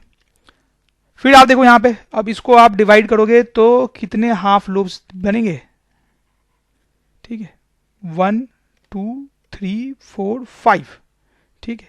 तो this distance is L by 5, this distance L by 5। तो आधे लोब की लेंथ कितनी है, L by 5। So wavelength will be 4 times of that, wavelength will be 4 times of that. समझ रहे हो कैसे कर रहा हूं। यहां पे देखो कितने आधे लोब बनेंगे, 1 2 3 4 5 6 एंड 7। तो आधे लोब का डिस्टेंस हो जाएगा L बाई 7, L बाई 7। तो वेवलेंथ उसका 4 टाइम्स हो जाएगा, that is 4 times of L by 7। तो इस तरीके से काम करना होता है, ठीक है। तो नेक्स्ट वाला करेंगे तो क्या आएगा स्टूडेंट्स, नेक्स्ट वाला अगर मैंने बनाया नहीं है स्टैंडिंग में, वो बनाएंगे तो 4 टाइम्स ऑफ L बाई 9, ऐसा कुछ आएगा, राइट। तो स्टूडेंट्स यहां पे आप कोई पैटर्न देख पा रहे हैं, देख पाएंगे अगर इसको ऐसे लिख लेंगे 4 टाइम्स ऑफ L बाई 1। तो late me right it more properly. 4 times of L by 1। ठीक है, तो आप देखो पहले केस में जो वेवलेंथ आई है that is 4 times of L by 1। ठीक है, तो आप नीचे वाला जो नंबर है उस पर ध्यान दें, यहाँ पे 1 है, फिर 3, देन 5, देन 7 एंड देन 9 ऐसे आ रहा है। ठीक है, तो 4L by 1, 4L by 3, 4L by 5, 4L by 7, 4L by 9। तो यहां पर नोट करने वाली बात ये स्टूडेंट्स की नीचे 1 आया, फिर 2 नहीं आया, सीधे 3 है, फिर 4 नहीं आया, सीधे 5 है, फिर 6 नहीं आया, 7 है, 8 नहीं आया है, 9 है। ये चीज को आप ध्यान देंगे, ये चीज पे आप ध्यान देंगे। 4L by 1, 4L by 3, 4L by 5, 4L by 7, 4L by 9। ठीक है, इस तरह के वेवलेंथ्स आए हैं। नीचे ऑड नंबर्स आ रहे हैं, ऑड नंबर्स। नीचे कैसे नंबर आ रहे हैं? Odd numbers. L by 1, 4L by 1, 4L by 3, 4L by 5, 4L by 7, 4L by 9। ठीक है, ऐसे ऑड नंबर्स। जबकि स्टूडेंट्स ये वाला केस जो हमने देखा था उसमें आप देखो वेवलेंथ कैसे थे, पहले तो 2L आया था, ये ध्यान रखेंगे, 2L आया था, 2L। तो 2L by 1, then 2L by 2, 2L by 3, 2L by 4। तो इसमें ऑड नंबर्स भी आ रहे थे एंड इवन भी आ रहे थे। ठीक है, तो पहले तो यहां पे 2L आ रहा है। ठीक है, वो एक डिफरेंस आप नोट करें। 2L by 1, then 2L by 2, 2L by 3, 2L by 4, 2L by 5। ठीक है, यहां पे पहले तो ये 4L है, वो ठीक है, लेकिन 4L by 1, then 4L by 3, 4L by 5, तो ऑड नंबर्स आ रहे हैं, यहाँ पे ऑड नंबर्स आ रहे हैं। This is an important point, odd numbers आ रहे हैं, नो इवन, इवन नहीं आता है यहाँ पे। ठीक है, नीचे इवन नहीं आ रहा है। ठीक है, ओके स्टूडेंट्स, एनीवे तो ये हमने वेवलेंथ निकाल लिया। तो अब फ्रीक्वेंसी कैसे लिखेंगे? तो फ्रीक्वेंसी के लिए फिर वही v upon lambda formula use करेंगे। तो यहां पर मैं फ्रीक्वेंसी जो लिखूंगा इस केस में v अपॉन 4L। ठीक है, लैम्डा डिवाइड कर दिया। यहां पे फ्रीक्वेंसी कितना लिख सकता हूं? आप ध्यान दें, v अपॉन 4L इंटू 3। यहां पे जो फ्रीक्वेंसी आएगी वो v अपॉन, इससे डिवाइड करो, 4L इंटू 5। यहां पे जो फ्रीक्वेंसी आएगी that is v upon 4L into 7। यहां पे जो फ्रीक्वेंसी आएगी that is v upon 4L into 9। ठीक है, तो स्टूडेंट्स यहां पे भी आप पैटर्न ध्यान दें। पहली जो फ्रीक्वेंसी आई है that is v upon 2L, बहुत इंपॉर्टेंट है, आपको याद रखना है। पहली जो फ्रीक्वेंसी आई है वो कितनी आई है? v upon 4L। ठीक है, v अपॉन 4L। ठीक है, लेकिन दूसरी जो फ्रीक्वेंसी है वो v अपॉन 4L इंटू 3 है, इंटू 3, फिर v upon 4L into 5, vl upon 4L into 7, vl upon 4L into 9। तो वन सेकेंड यहाँ पे ऑड नंबर से मल्टीप्लाई हो रहा है, ऑड नंबर से मल्टीप्लाई हो रहा है, ऑड नंबर से मल्टीप्लाई हो रहा है। ठीक है, v अपॉन 4L पहली, फिर into 3, into 5, into 7, into 9 and so on. ठीक है, लेकिन वो जो पहला केस हमने देखा था उसमें क्या हो रहा था स्टूडेंट्स? पहले यहां पे ध्यान रखें, पहला v upon 4L, 4L, 4L, 4L, v upon 4L, फिर ऑड नंबर से मल्टीप्लाई। तो इस केस में देखिए, इस केस में ध्यान देंगे स्टूडेंट, v अपॉन 2L, पहला था v अपॉन 2L, वहां पे आया 4L, 4L, यहां पे v upon 2L, v upon 2L, ध्यान देंगे, v अपॉन 2L, फिर इंटू 2, इंटू 3, इंटू 4, इंटू 5। ठीक है, सारे नंबर से इवन एंड ऑड सब थे, इवन एंड ऑड सब थे। ठीक है, इवन ऑड दोनों थे। यहां पे v अपॉन 4L, फिर ऑड ऑड ऑड, सिर्फ ऑड से मल्टीप्लाई। ओके, तो आप देखो नॉमेनक्लेचर, नाम कैसे रखते हैं? इसको बोलते हैं स्टूडेंट्स, जैसे वहां पे पहले वाले को क्या बोला था? फर्स्ट हार्मोनिक, तो वैसे इसको बोलेंगे फर्स्ट हार्मोनिक। अच्छा अब स्टूडेंट, अब ध्यान देंगे, इसको हम थर्ड हार्मोनिक बोलेंगे। Third harmonic, this is first, this is third. इसको बोलेंगे फिफ्थ हार्मोनिक, इसको बोलेंगे सेवेंथ हार्मोनिक, इसको बोलेंगे नाइन्थ हार्मोनिक। प्लीज ध्यान दे, लाइक हार्मोनिक नेम कैसे रखते हैं? मतलब ये नहीं कि ये दूसरा है तो इसको सेकंड हार्मोनिक बोल देंगे, ये तीसरा है तो इसको थर्ड हार्मोनिक, ऐसे नहीं होता है, ऐसे नहीं होता है। ये पहले वाले को फर्स्ट हार्मोनिक बोलना है। ठीक है, अब ये पहले वाले के 3 टाइम्स है, पहले वाले के 3 टाइम्स है, इसलिए थर्ड हार्मोनिक। ये पहले वाले के 5 टाइम्स है, इसलिए फिफ्थ हार्मोनिक। पहले वाले का 7 टाइम है, इसलिए सेवेंथ हार्मोनिक। ये पहले वाले का 9 टाइम है, इसलिए इसको नाइन्थ हार्मोनिक बोलेंगे। ठीक है, आप समझ रहे बात को? तो ये हार्मोनिक वाला नेम कैसे रखते हैं, इसका मतलब आपको समझ में आ रहा है। सेवेंथ हार्मोनिक का मतलब है कि जो पहले वाला है उसका 7 टाइम्स, फर्स्ट हार्मोनिक का 7 टाइम्स, फिफ्थ हार्मोनिक मतलब फर्स्ट हार्मोनिक का 5 टाइम्स। ठीक है, तो यहां पे ऑड हार्मोनिक्स नहीं आएंगे। ठीक है, ऑड वाले नहीं आएंगे, फर्स्ट, थर्ड, फिफ्थ, 7, 9, इस तरह से। समझ में आई बात? अच्छा, ओवरटोन के हिसाब से नाम रखेंगे तो इसको लिखेंगे, इसको बोलेंगे स्टूडेंट्स फंडामेंटल। इसको क्या बोलेंगे? Fundamental frequency. और इसको बोलेंगे फर्स्ट ओवरटोन, फर्स्ट ओवरटोन। इसको बोलेंगे सेकंड ओवरटोन, इसको बोलेंगे third overtone and so on. Overtone का कोई मतलब नहीं है कि फ्रीक्वेंसी कितनी है, उससे कोई मतलब नहीं है। पहले वाले को फंडामेंटल बोलना है, उसके बाद जो भी आए फर्स्ट ओवरटोन, उसके बाद जो भी आए सेकंड ओवरटोन, उसके बाद जो भी आए थर्ड ओवरटोन। सिंपल। पहले वाला फंडामेंटल, दूसरा फर्स्ट ओवरटोन, फिर उसके बाद सेकंड, फिर थर्ड एंड सिंपल। तो ऐसे रखना होता है। तो ये नोमेनक्लेचर थोड़ा कंफ्यूजिंग होता है, इस पे क्वेश्चंस पूछे जाते हैं, हम थोड़ा प्रैक्टिस भी करेंगे, बट आप ध्यान दें इस पे। सो देखो दोनों टाइप की जो स्टैंडिंग वेव्स है, ठीक है, उनको थोड़ा समराइज करते हैं यहाँ पे, ताकि आपके दिमाग में एकदम क्लियर हो जाए और कोई कंफ्यूजन नहीं रहे। जैसे देखो इसमें जो सबसे पहले वाला स्टैंडिंग वेव स्टूडेंट्स, इसकी वेवलेंथ आती है उसकी वेवलेंथ आती है 2l/1। इसकी वेवलेंथ आती है 2l/2। इसकी वेवलेंथ आती है 2l/3। ठीक है, एक और बनाना चाहिए। ओके, तो इसमें आती है 2l/4। ठीक है स्टूडेंट्स, इसमें जो वेवलेंथ आती हैं स्टूडेंट्स, वो आते हैं, सबसे पहले का आता है 4l/1। ठीक है, फिर आता है 4l/3, फिर आता है 4l/5, और फिर यहां पे आता है 4 टाइम्स ऑफ l/7। ठीक है, ये हमने देखा था, आप वापस से भी रिवाइंड करके देख सकते हैं अगर कोई भी कंफ्यूजन है तो। कैसे कैलकुलेट करते हैं ये भी मैंने आपको बताया था। ठीक है स्टूडेंट्स, तो ऐसे तो बहुत इजी होता है इनको कैलकुलेट करना, लेकिन फिर भी आप चाहो तो ये फॉर्मूला याद रख सकते हो।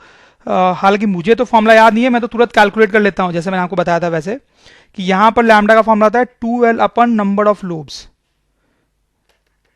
Number of lobes 2l divide by number of lobes. देखो यहाँ 2l/1, 2l/2, 2l/3, so on. यहां पर हम फॉर्मूला लिख सकते हैं वेवलेंथ का 4l divide by number of half lobes. Number of half lobes. ठीक है, देखो 4l डिवाइड बाई, इसमें कितने हाफ लोब है 1, 4l डिवाइड बाई 3, कितने हाफ लोब्स हैं 3।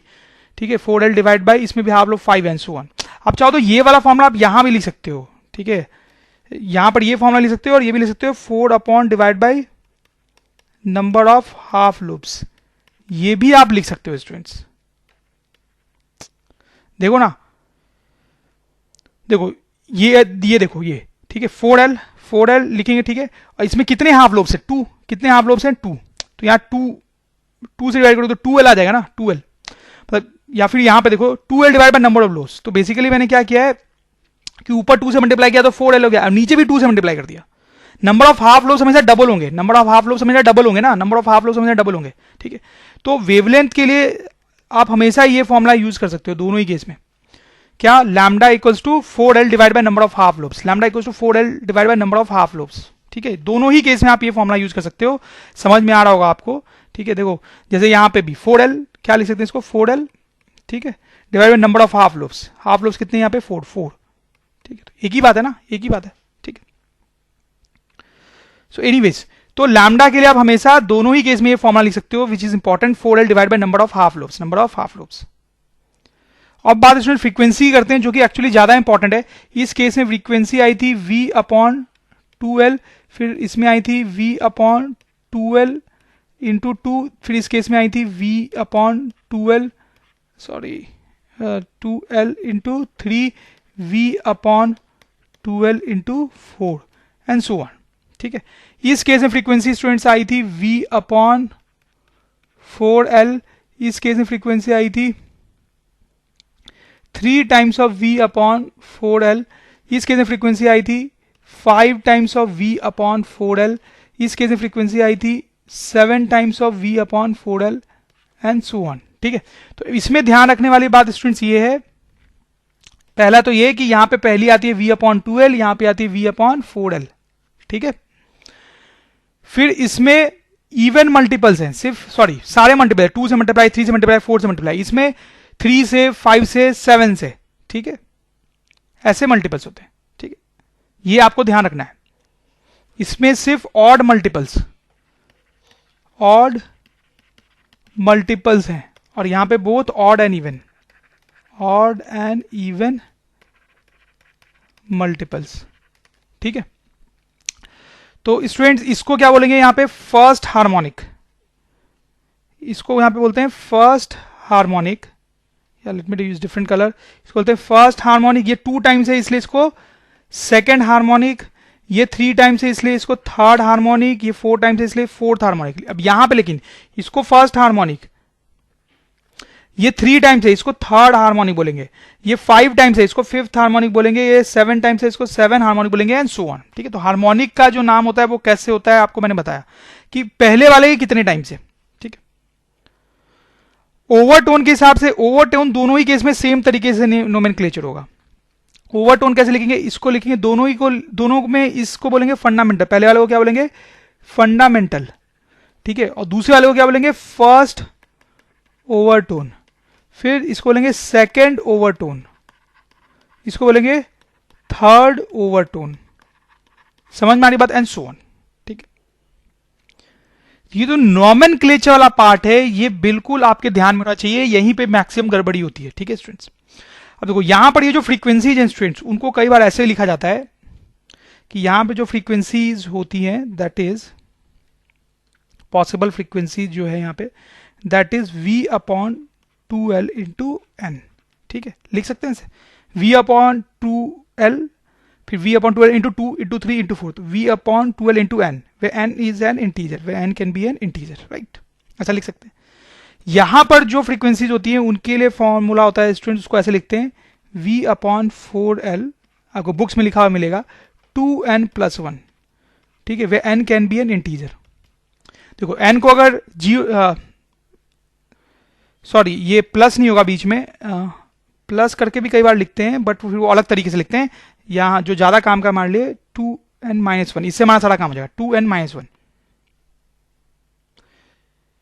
ठीक है, तो देखो n की वैल्यू जब मैं 1 रखूंगा, ध्यान देंगे n की वैल्यू जब मैं 1 रखूंगा 1, तो 2 माइनस 1 1, तो पहले वाला आ जाएगा। ठीक है, n की वैल्यू 2 रखूंगा, ध्यान दें n की वैल्यू 2 रखूंगा, तो n की वैल्यू 2 रखूंगा, तो देखो ध्यान दें 2 इंटू 2 4, 4 माइनस 1 3, ये आ जाएगा 3 टाइम्स। फिर आप इसको 3 रखोगे, n की वैल्यू 3 रखोगे, 3 इंटू 3 रखोगे, n की वैल्यू 6 माइनस 1 5 5। ठीक है, एंड सो ऑन। ठीक है, तो ये वाले केस में जब रोप दोनों एंड पे फिक्स है, दोनों एंड पे फिक्स है, तो हम बोलते हैं फ्रीक्वेंसीज v अपॉन, फ्रीक्वेंसी जो हो सकती है वो v upon 2l into n होगी, n इज एन इंटीजर। और जब एक एंड फिक्स है और एक एंड फ्री है तो हम बोलते हैं फ्रीक्वेंसी जो होगी v अपॉन 4l, पहले तो v upon 4l into 2n minus 1, 2n minus 1। ठीक है, समझ में आ रही बात। फिर दूसरा बहुत इंपॉर्टेंट पॉइंट ये है कि इसमें जो मल्टीपल्स हो रहे हैं वो इवन ऑड दोनों है, और इसमें जो मल्टीपल्स हो रहे हैं वो सिर्फ ऑड है। ठीक है, इसमें all harmonics are present, first harmonic, second harmonic, third harmonic, fourth harmonic, all harmonics are present, 5 6 7। इसमें ओनली ऑड हार्मोनिक्स, इसमें ऑल हार्मोनिक्स आर प्रेजेंट, इसमें only odd harmonics are present. ठीक है, first, third, fifth, 7 and so on. इस slide पे जो भी लिखा हुआ है स्टूडेंट्स वो बिल्कुल क्लियर होना चाहिए आपको। ठीक है, सब कुछ समझ में आना चाहिए और याद होना चाहिए। ठीक है, ठीक है, ये सब हम पहले भी पढ़ चुके हैं, यहां पे तो सिर्फ मैंने समरी लिखी है दोनों टाइप की स्टैंडिंग वेव्स की एक साथ में। ओके स्टूडेंट्स, अब देखो एक और लास्ट चीज कि जैसे ये कोई रोप है मेरे पास, तो उसमें कई तरह की स्टैंडिंग वेव्स बन सकती है, और भी मैंने बनाई नहीं है लेकिन आप समझ रहे हैं और भी स्टैंडिंग वेव्स बन सकती है। उन सब की अपनी अपनी फ्रीक्वेंसीज होगी, उन सब की अपनी अपनी फ्रीक्वेंसीज होगी। ठीक है, तो ये जो सारी फ्रीक्वेंसीज होती हैं वो कहलाती हैं रिजोनेंट फ्रीक्वेंसीज, रिजोनेंट फ्रीक्वेंसीज। ठीक है, तो अगर आपसे पूछा जाए कि इस रोप की रिजोनेंट फ्रीक्वेंसीज बताओ, तो हम ये सारी फ्रीक्वेंसीज बता देंगे। ठीक है, वैसे अगर ये रोप है, ठीक है, तो इसमें कई तरह की स्टैंडिंग वेव्स बन सकती है, उनकी ये फ्रीक्वेंसीज है, तो इन फ्रीक्वेंसीज को क्या बोलेंगे students, resonant frequencies, resonant frequencies. बहुत ही सिंपल सा क्वेश्चन है स्टूडेंट्स, बिल्कुल बेसिक क्वेश्चन है। यहां पर आप देखो एक रोप है जिसका दोनों एंड वॉल से फिक्स्ड है, उस रो पे आपको टेंशन दिया हुआ है, उसका म्यू दिया हुआ है, लेंथ दिया हुआ है, हमें बताना है कि उसमें रिजोनेंट फ्रीक्वेंसीज कौन कौन सी हो सकती हैं। वैसे यहाँ पे रो पे एक एंड फिक्स्ड है, एक फ्री है, उसमें भी टेंशन म्यू एल दिया हुआ है, हमें बताना है इसमें कौन कौन सी रिजोनेंट फ्रीक्वेंसीज हो सकती हैं स्टूडेंट्स। तो क्या करेंगे स्टूडेंट्स, सबसे पहले तो आप क्या करो, वी निकाल लो। वी का फॉर्मूला यूज करेंगे root under T by mu, root under T by mu. तो टेंशन जो है वो 18 है, दोनों ही रोप में 18 है, और म्यू भी जो है वो दोनों ही रोप में 2 दिया हुआ है, तो it comes out to be root 9 which is actually 3 metre. ठीक है, which is actually 3 metre per second. ठीक है, तो वेलोसिटी जो आ गई वेव की इस या इस रो पे दैट इज 3, सेम ही है क्योंकि दोनों में टी और म्यू सेम दिया हुआ था। ठीक है, अब स्टूडेंट्स क्या करना है, यहां पर जो रिजोनेंट फ्रीक्वेंसीज का फॉर्मूला होता है वो अगर हम सिंपली लगाएं तो v अपॉन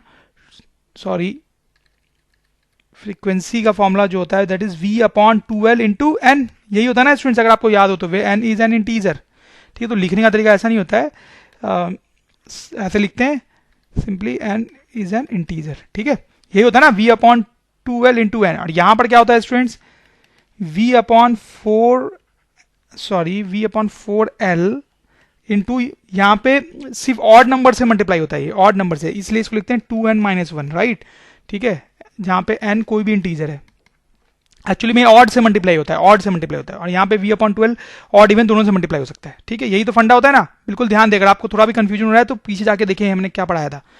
अब यहाँ पे बस वैल्यूज पुट करनी है, तो v is 3 divide by 2 into L, L is 4, ठीक है, इंटू n। ठीक है, तो सो this is simply 3 upon 8n। तो यहाँ पे जो रिजोनेंट फ्रीक्वेंसीज की वैल्यू आ सकती है वो 3 अपॉन 8 हर्ज, n1 रखेंगे तो n2 रखेंगे तो 6 अपॉन 8 हर्ज, n3 रखेंगे तो 9 अपॉन 8 हर्ज, एंड सो ऑन। इस तरह से हम सारी वैल्यूज निकाल सकते हैं, राइट। वैसे यहाँ पे स्टूडेंट्स क्या होगा, this is v upon 4l, so like v जो है that is 3 upon 4 into L, L is 4, ठीक है, 2n-1, तो यहां से हो जाएगा 3 अपॉन 16 2n-1, राइट। अब n के अलग अलग वैल्यूज रख सकते हैं आप, ठीक है, या फिर आप सीधे ये सोच सकते हैं कि इसको ऑड से मल्टीप्लाई करना है, तो एक बार तो 1 से ही किया हमने, ठीक है, दूसरी बार 3 से करेंगे तो 9 अपॉन 16, जब 5 से करेंगे तो 15 अपॉन 16, फिर 7 से करेंगे 21 अपॉन 16 हर्ज, सॉरी, ठीक है। तो ये यहाँ पे रिजोनेंट फ्रीक्वेंसीज आएगी और यहाँ पे रिजोनेंट फ्रीक्वेंसीज ये आएगी, ठीक है। मतलब इसमें स्टूडेंट्स डिफरेंट टाइप की स्टैंडिंग वेव्स बनेगी, डिफरेंट टाइप की स्टैंडिंग वेव्स बनेगी, जैसा हमने देख पढ़ा है, और उन सब की फ्रीक्वेंसीज ये हो सकती हैं। इसमें भी डिफरेंट टाइप की स्टैंडिंग वेव्स बनेगी, उन सब की फ्रीक्वेंसीज ये हो सकती हैं, right, simple. Okay student, next question देखें, ये भी सिंपल ही है। इसमें 2 स्टैंडिंग वेव्स आपको बना के दी गई हैं, ठीक है, रोप में टेंशन म्यू लेंथ सब दिया हुआ है। Find frequencies of these standing waves, ये जो स्टैंडिंग वेव्स बनी है इनकी फ्रीक्वेंसीज हमें बतानी है स्टूडेंट्स। कैसे बताएंगे स्टूडेंट्स, देखो कई तरह से बताया जा सकता है, दे आर वेरियस वेज, आप किसी तरह से सोच के बता सकते हो, बहुत सिंपल ही है ऐसे तो। पर देखो एक अच्छा तरीका जिसमें कुछ ज्यादा याद वाद नहीं रखना है, वो क्या है कि पहले तो आप v निकालो root under T by mu, ठीक है। तो रूट अंडर टी तो हो गया 200 और म्यू इज 2, तो this is root under of 100, so that is 10 metre per second, ये स्पीड आ गई, ठीक है, राइट स्टूडेंट्स। तो ये मेरा फर्स्ट क्वेश्चन है और ये सेकंड, राइट। तो देखो फर्स्ट वाले में, ठीक है, पहले आप वेवलेंथ निकाल लो, ठीक है, जैसे मैंने आपको पढ़ाते टाइम बताया था, फ्रीक्वेंसी निकाला था, पहले वेवलेंथ निकाला था फिर फ्रीक्वेंसी, वैसे ही कर लो आप, पहले वेवलेंथ निकाल लो, ठीक है स्टूडेंट्स। तो वेवलेंथ कैसे होगा, अब ये पूरे रोप की जो लेंथ है वो l है, ठीक है, तो ये लेंथ l/3, ये लेंथ l/3 और ये लेंथ भी l/3, कोई भी आधा लोब लोगे l/3 हो जाएगा। तो वेवलेंथ जो है टू लोब्स के बराबर होता है, 2 लोब्स, तो this will be simply 2 times l/3, ठीक है। तो ये हमारी वेवलेंथ हो गई। तो अब फ्रीक्वेंसी क्या हो जाएगी, that is v upon lambda, तो v इज 10 जैसा हमने निकाला है और lambda is 2l/3, so that is 30 upon 2l, l is how much, l is 10, so that is 3/2 hertz, 3/2 hertz simply, ठीक है। तो हमने क्या किया, वेवलेंथ निकाल लिया पहले और फिर उससे फ्रीक्वेंसी निकाल ली, ठीक है। या फिर वेवलेंथ निकालने के लिए आप ये फॉर्मूला भी यूज कर सकते थे, क्या वेवलेंथ निकालने का फॉर्मूला ये क्या था, 4l divide by number of half lobes, ये फॉर्मूला भी मैंने आपको बता रखा है। तो उससे भी यही आता, देखो 4l divide by number of half lobes, कितने हाफ लोब्स इसमें 6, ठीक है, तो दिस विल बी 2l/3, वही आ जाता, ठीक है। फिर वहां से फ्रीक्वेंसी निकाल लो, ठीक है स्टूडेंट्स। अब देखो फिर सेकंड में भी लैम्डा निकाल लो पहले आप, लैम्डा, तो क्या तो आप इससे निकाल लो कि 4l divide by number of half lobes, ठीक है, तो 4l divide by half lobes कितने हैं इसमें, 2 4 5 6 7, ठीक है, 7, तो दिस इज वेवलेंथ, ठीक है। या फिर आप आगे भी सोच सकते थे इसको हाफ लोब्स में डिवाइड कर लो, तो 1 2 3 4 5 6 7, तो 1 हाफ लोब इज l/7, तो जो वेवलेंथ है इसका 4 टाइम्स होती है, तो l/7 इंटू 4, ठीक है। अब फ्रीक्वेंसी कैसे निकाल लोगे, v अपॉन लैम्डा, तो v इज 10 और लैम्डा इज 4l/7, तो 7 ऊपर हो जाएगा, तो this is 70 upon l, l is 10, So that is 70 upon 40. So this is 7/4 हर्ज, राइट. Simple students. तो देखा कैसे हम कोई भी स्टैंडिंग वेव दी हुई है तो उसकी फ्रीक्वेंसी निकाल सकते हैं. Okay, next question students. तो इसमें आप देख सकते हैं रोप है fixed at both the ends में टेंशन म्यू और एल दिया हुआ है और हमें फ्रीक्वेंसी बतानी है सिक्स्थ हार्मोनिक की और फोर्थ ओवरटोन की. ठीक है, ये दो अलग अलग पार्ट्स हैं इस क्वेश्चन के. कैसे करेंगे स्टूडेंट्स? तो सिंपल ही है. ठीक है, सबसे पहले तो आप वही v निकाल लो. v will be root under T by mu. आप अगर वैल्यूज पुट करोगे आप देखना 10 आ जाएगा, 10 मीटर पर सेकेंड. ठीक है, अब सिक्स्थ हार्मोनिक की तो सबसे पहले आप फंडामेंटल, तो सबसे फर्स्ट हार्मोनिक होता है फर्स्ट हार्मोनिक. ठीक है, फ्रीक्वेंसी ऑफ फर्स्ट हार्मोनिक. ठीक है, वो आपको याद ही होना चाहिए, that is v upon 2l. ठीक है, तो v तो हम निकाल चुके हैं 10, तो and 2l will be 20. So this is 1/2 हर्ज. ये फर्स्ट हार्मोनिक की फ्रीक्वेंसी की, फर्स्ट हार्मोनिक की. ठीक है, जो सबसे पहला जो स्टैंडिंग वेव बनता है वो. अब हमें सिक्स्थ की निकालनी है, तो फ्रीक्वेंसी ऑफ सिक्स्थ हार्मोनिक कितनी होगी? उसके 6 times. Simple 6 times, so that is 3 hertz. That's our answer, right. समझ रहे स्टूडेंट्स आप? अब ये फोर्थ ओवरटोन में थोड़ा सा कैच होता है. ठीक है, क्योंकि सिक्स्थ हार्मोनिक हमने बोला तो आपने सीधे उसको 6 टाइम्स कर दिया. सिंपल. फोर्थ हार्मोनिक में आप पहली फ्रीक्वेंसी निकाल के 4 टाइम्स नहीं कर सकते. ठीक है, ओवरटोन का नोमेनक्लेचर तो अलग है. तो स्टूडेंट्स अगर आपको थोड़ा सा याद हो तो ये जब रोप दोनों एंड से फिक्स होती है तो उसमें फर्स्ट हार्मोनिक भी होता है, सेकंड हार्मोनिक भी होता है, थर्ड हार्मोनिक भी होता है, fourth harmonic, fifth harmonic, sixth harmonic, सारे हार्मोनिक्स होते हैं, इवन ऑड. ठीक है, सारे हार्मोनिक्स होते हैं.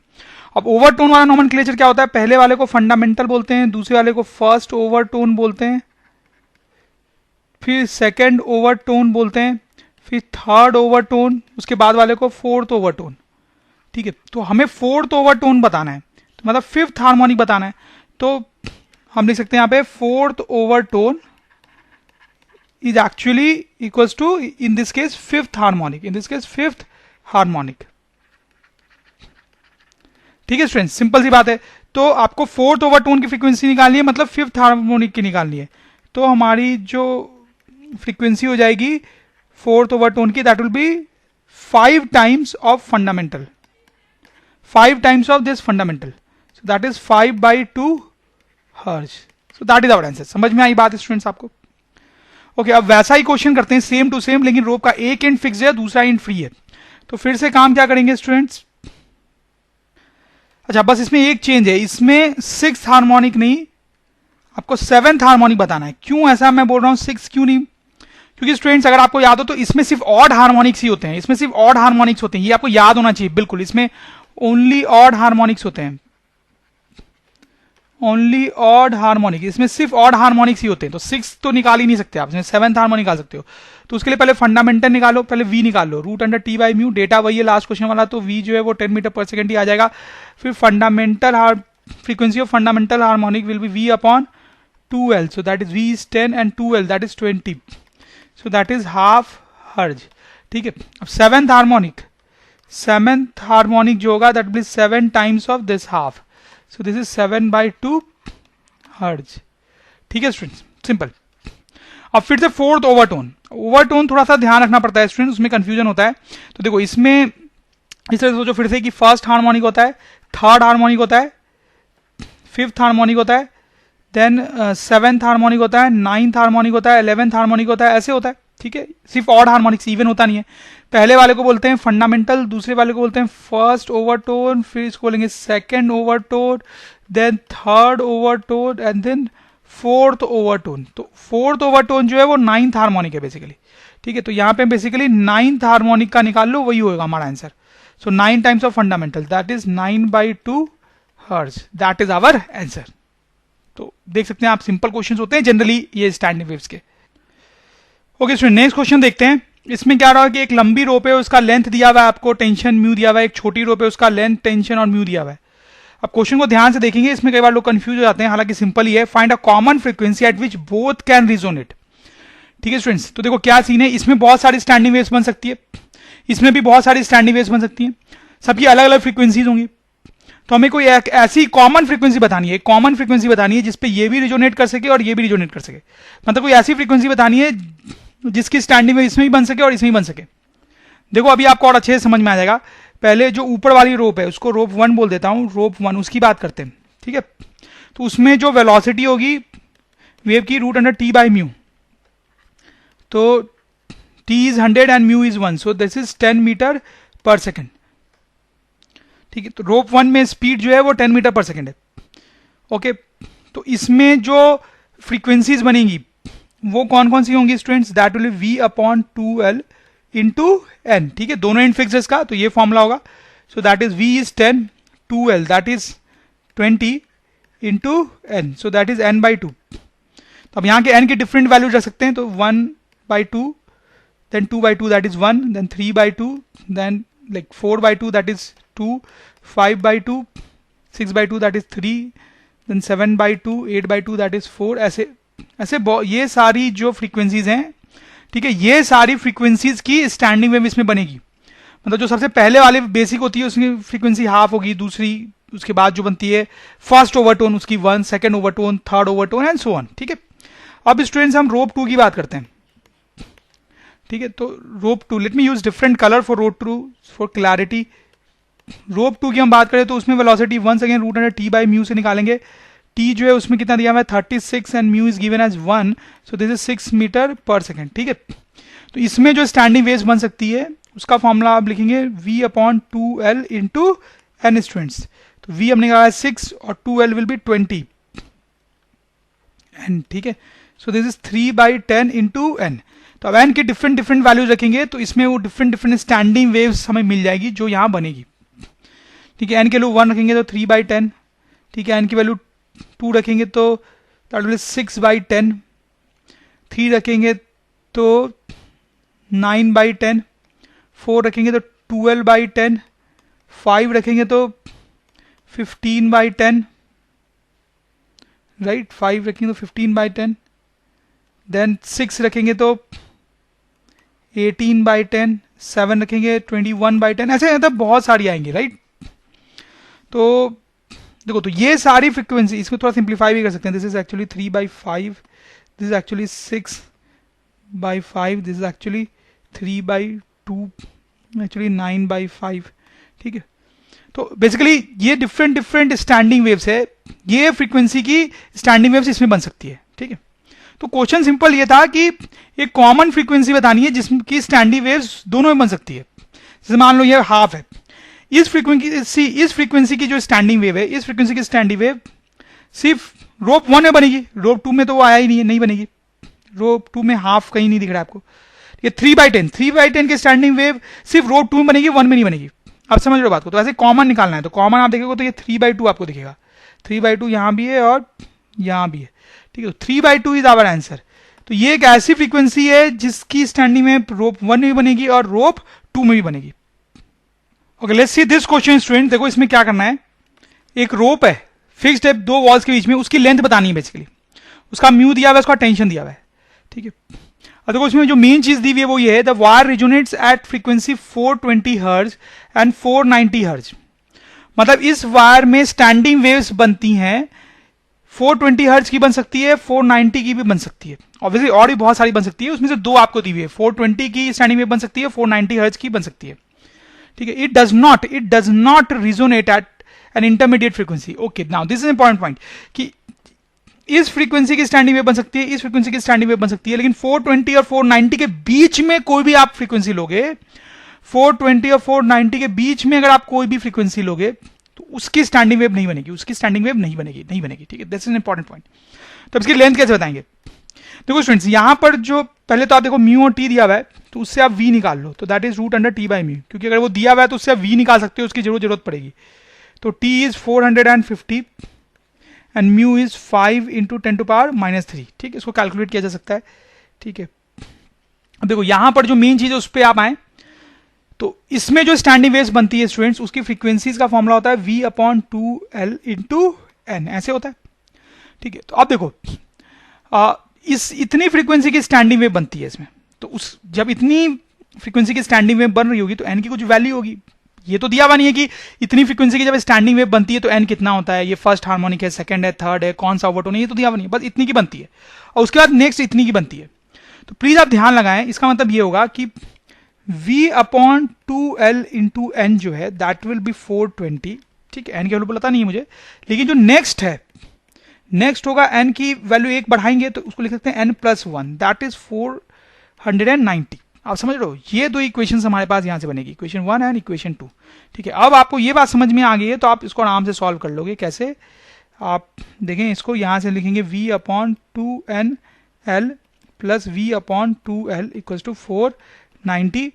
v n अपॉन 2l ये जो है उसको इस इक्वेशन से पुट कर दो तो we'll have 420 equal to v upon 2l equal to 490।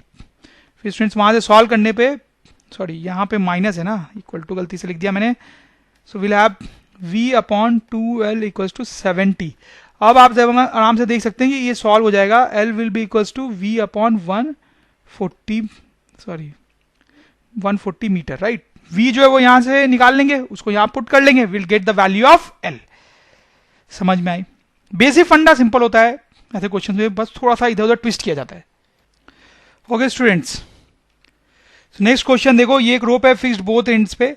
इसमें क्या क्वेश्चन में दिया हुआ है वो ही मैंने आपको बना भी दिया है कि ये इसमें स्टैंडिंग वेव्स बनते हैं बहुत सारी, उसमें से किसी 3 स्टैंडिंग वेव्स की इक्वेशन आपको दी हुई है, किसी 3 स्टैंडिंग वेव्स की फ्रीक्वेंसी आपको दी हुई है, सॉरी किसी 3 स्टैंडिंग वेव्स की फ्रीक्वेंसी दी हुई है, ठीक है। अब इसमें ये ध्यान देंगे कि ये नहीं बोला जा रहा है कि इन दोनों के बीच में कोई फ्रीक्वेंसी नहीं हो सकती, ऐसा नहीं बोला जा रहा है। इन दोनों के बीच में हो भी सकती है, नहीं भी हो सकती है, इस पर कोई इन्फॉर्मेशन नहीं है। वैसे इन दोनों के बीच में कोई फ्रीक्वेंसी है या नहीं है उस पर कोई इन्फॉर्मेशन नहीं है, बस ये दिया हुआ है कि इसमें बहुत सारी स्टैंडिंग वेव्स बनती है, वो तुम्हें पता ही है। उसमें से किसी 3 स्टैंडिंग वेव्स की हमें फ्रीक्वेंसी दी हुई है। Find highest possible fundamental frequency, find highest possible fundamental frequency. तो स्टूडेंट्स हमें ये बताना है कि फंडामेंटल फ्रीक्वेंसी जो होगी इसमें, फंडामेंटल फ्रीक्वेंसी सबसे पहले वाली, वो कितनी होगी इस रोप के लिए, वो कितनी हो सकती है, हाईएस्ट पॉसिबल, सबसे बड़ी क्या पॉसिबिलिटी है कि मतलब यहाँ पे जो फंडामेंटल फ्रीक्वेंसी होगी बड़ी से बड़ी वो क्या हो सकती है, बड़ी से बड़ी क्या हो सकती है। तो स्टूडेंट देखो, इसमें कोई फिजिक्स नहीं है, मैथ्स है।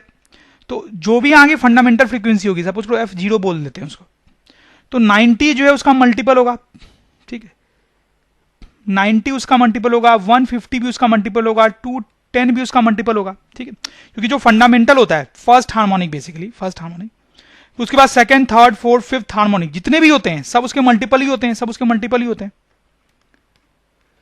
ठीक है। तो ये सारे जो नंबर्स हैं वो फंडामेंटल फ्रीक्वेंसी के मल्टीपल होंगे, फंडामेंटल फ्रीक्वेंसी के मल्टीपल होंगे, ठीक है। तो वो नंबर खोजना है, वो नंबर खोजना है, सबसे बड़ा नंबर, वो सबसे बड़ा नंबर, ताकि सब उसके मल्टीपल हो सके। तो स्टूडेंट अगर आप थोड़ा सा सोचेंगे तो वो 30 है, that number is actually 30 hertz. 3 से मल्टीप्लाई करो 90 आ जाएगा, 5 से मल्टीप्लाई करो 150 आ जाएगा, और 7 से मल्टीप्लाई करो 210 आ जाएगा, ठीक है। तो इसकी फंडामेंटल फ्रीक्वेंसी एक्चुअली 30 है। ये बेसिकली जो है that is actually third harmonic, this is actually fifth harmonic and this actually 7th harmonic जो हमें दिया हुआ है, ठीक है। तो आवर आंसर इज 30, ठीक है। तो ऐसे क्वेश्चन को बस दिमाग लगा के आप सोच सकते हो, और अगर टेक्निकली करना चाहते हो इस क्वेश्चन को तो बेसिकली आपको HCF निकालना था, HCF ऑफ 90, 150 एंड 210, इन तीनों नंबर्स का आपको HCF निकालना है। HCF आप मैथ्स में पढ़ते हो क्या होता है, हाईएस्ट कॉमन फैक्टर, बचपन से पढ़ रहे आ रहे हो लोअर क्लासेस से 6, 7 से, हाईएस्ट कॉमन फैक्टर, तो वो आपको कैलकुलेट करना है, हाईएस्ट कॉमन फैक्टर, ठीक है। वो निकालोगे तो वो 30 आएगा। वो निकालने का मैथमेटिकल फॉर्मूला आपको आता ही है कि कैसे निकालते हैं, प्रोसीजर क्या होता है आपको पता ही है, नहीं पता है तो आप मैथ्स के टीचर से डिस्कस कर सकते हो, लेकिन आपको पता होगा, वो तो बहुत लोअर क्लासेस से पढ़ते आ रहे हैं, ठीक है। Anyway, so this is the way to solve this question. Okay students, तो देखो यहाँ पे क्वेश्चन क्या है, स्ट्रिंग है ऑफ म्यू दिस, एक स्ट्रिंग है जिसका म्यू दिया हुआ है हमें, टी दिया हुआ है, एल दिया हुआ है, vibrates with 2 loops, vibrate with 2 loops, 2 loops, 2 loop है उसमें, ठीक है। तो इससे आपको एक तो ये समझ में आ जाएगा कि जो स्ट्रिंग है दोनों एंड से फिक्स्ड है, तभी उसमें 2 लोब या 2 लूप हो सकते हैं इस तरीके से, ठीक है।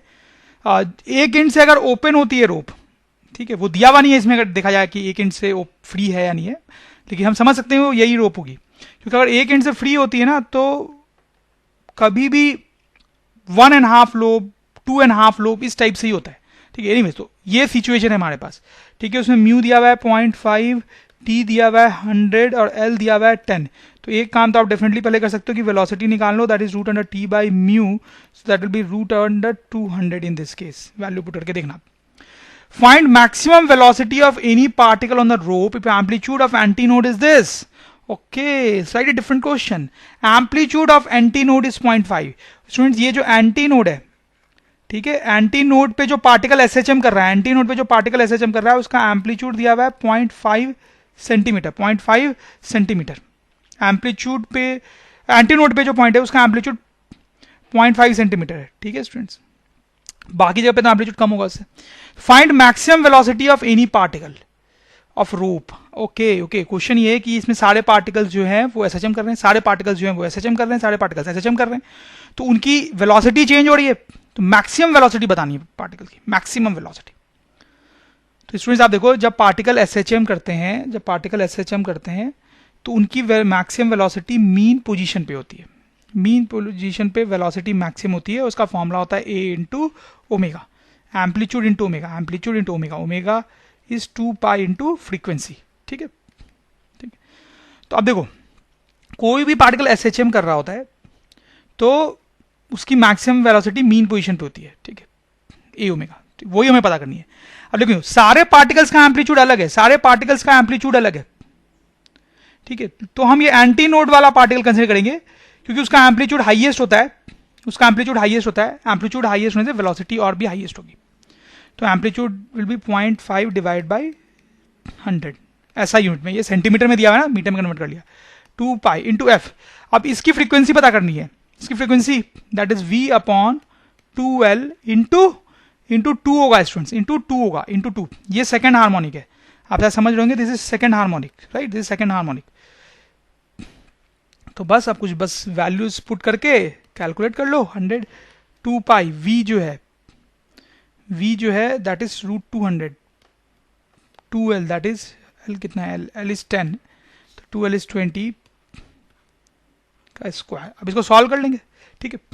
तो इस क्वेश्चन में आप देख सकते हो थोड़ा एसएचएम की नॉलेज यूज हो रही है, एसएचएम का फॉर्मूला यूज हो रहा है, वो तो होना ही है क्योंकि पार्टिकल्स एसएचएम कर रहे हैं, तो उन पर अगर कोई क्वेश्चन पूछा जाएगा तो you will need knowledge of SHM, ठीक है। अगर आपको यह वीडियो अच्छा लगा हो तो कृपया इसे लाइक करें।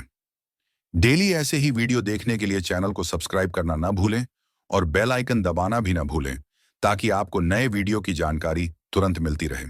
और अगर आपको लगता है कि आपके दोस्तों को भी इससे फायदा हो सकता है तो उनके साथ भी शेयर करें।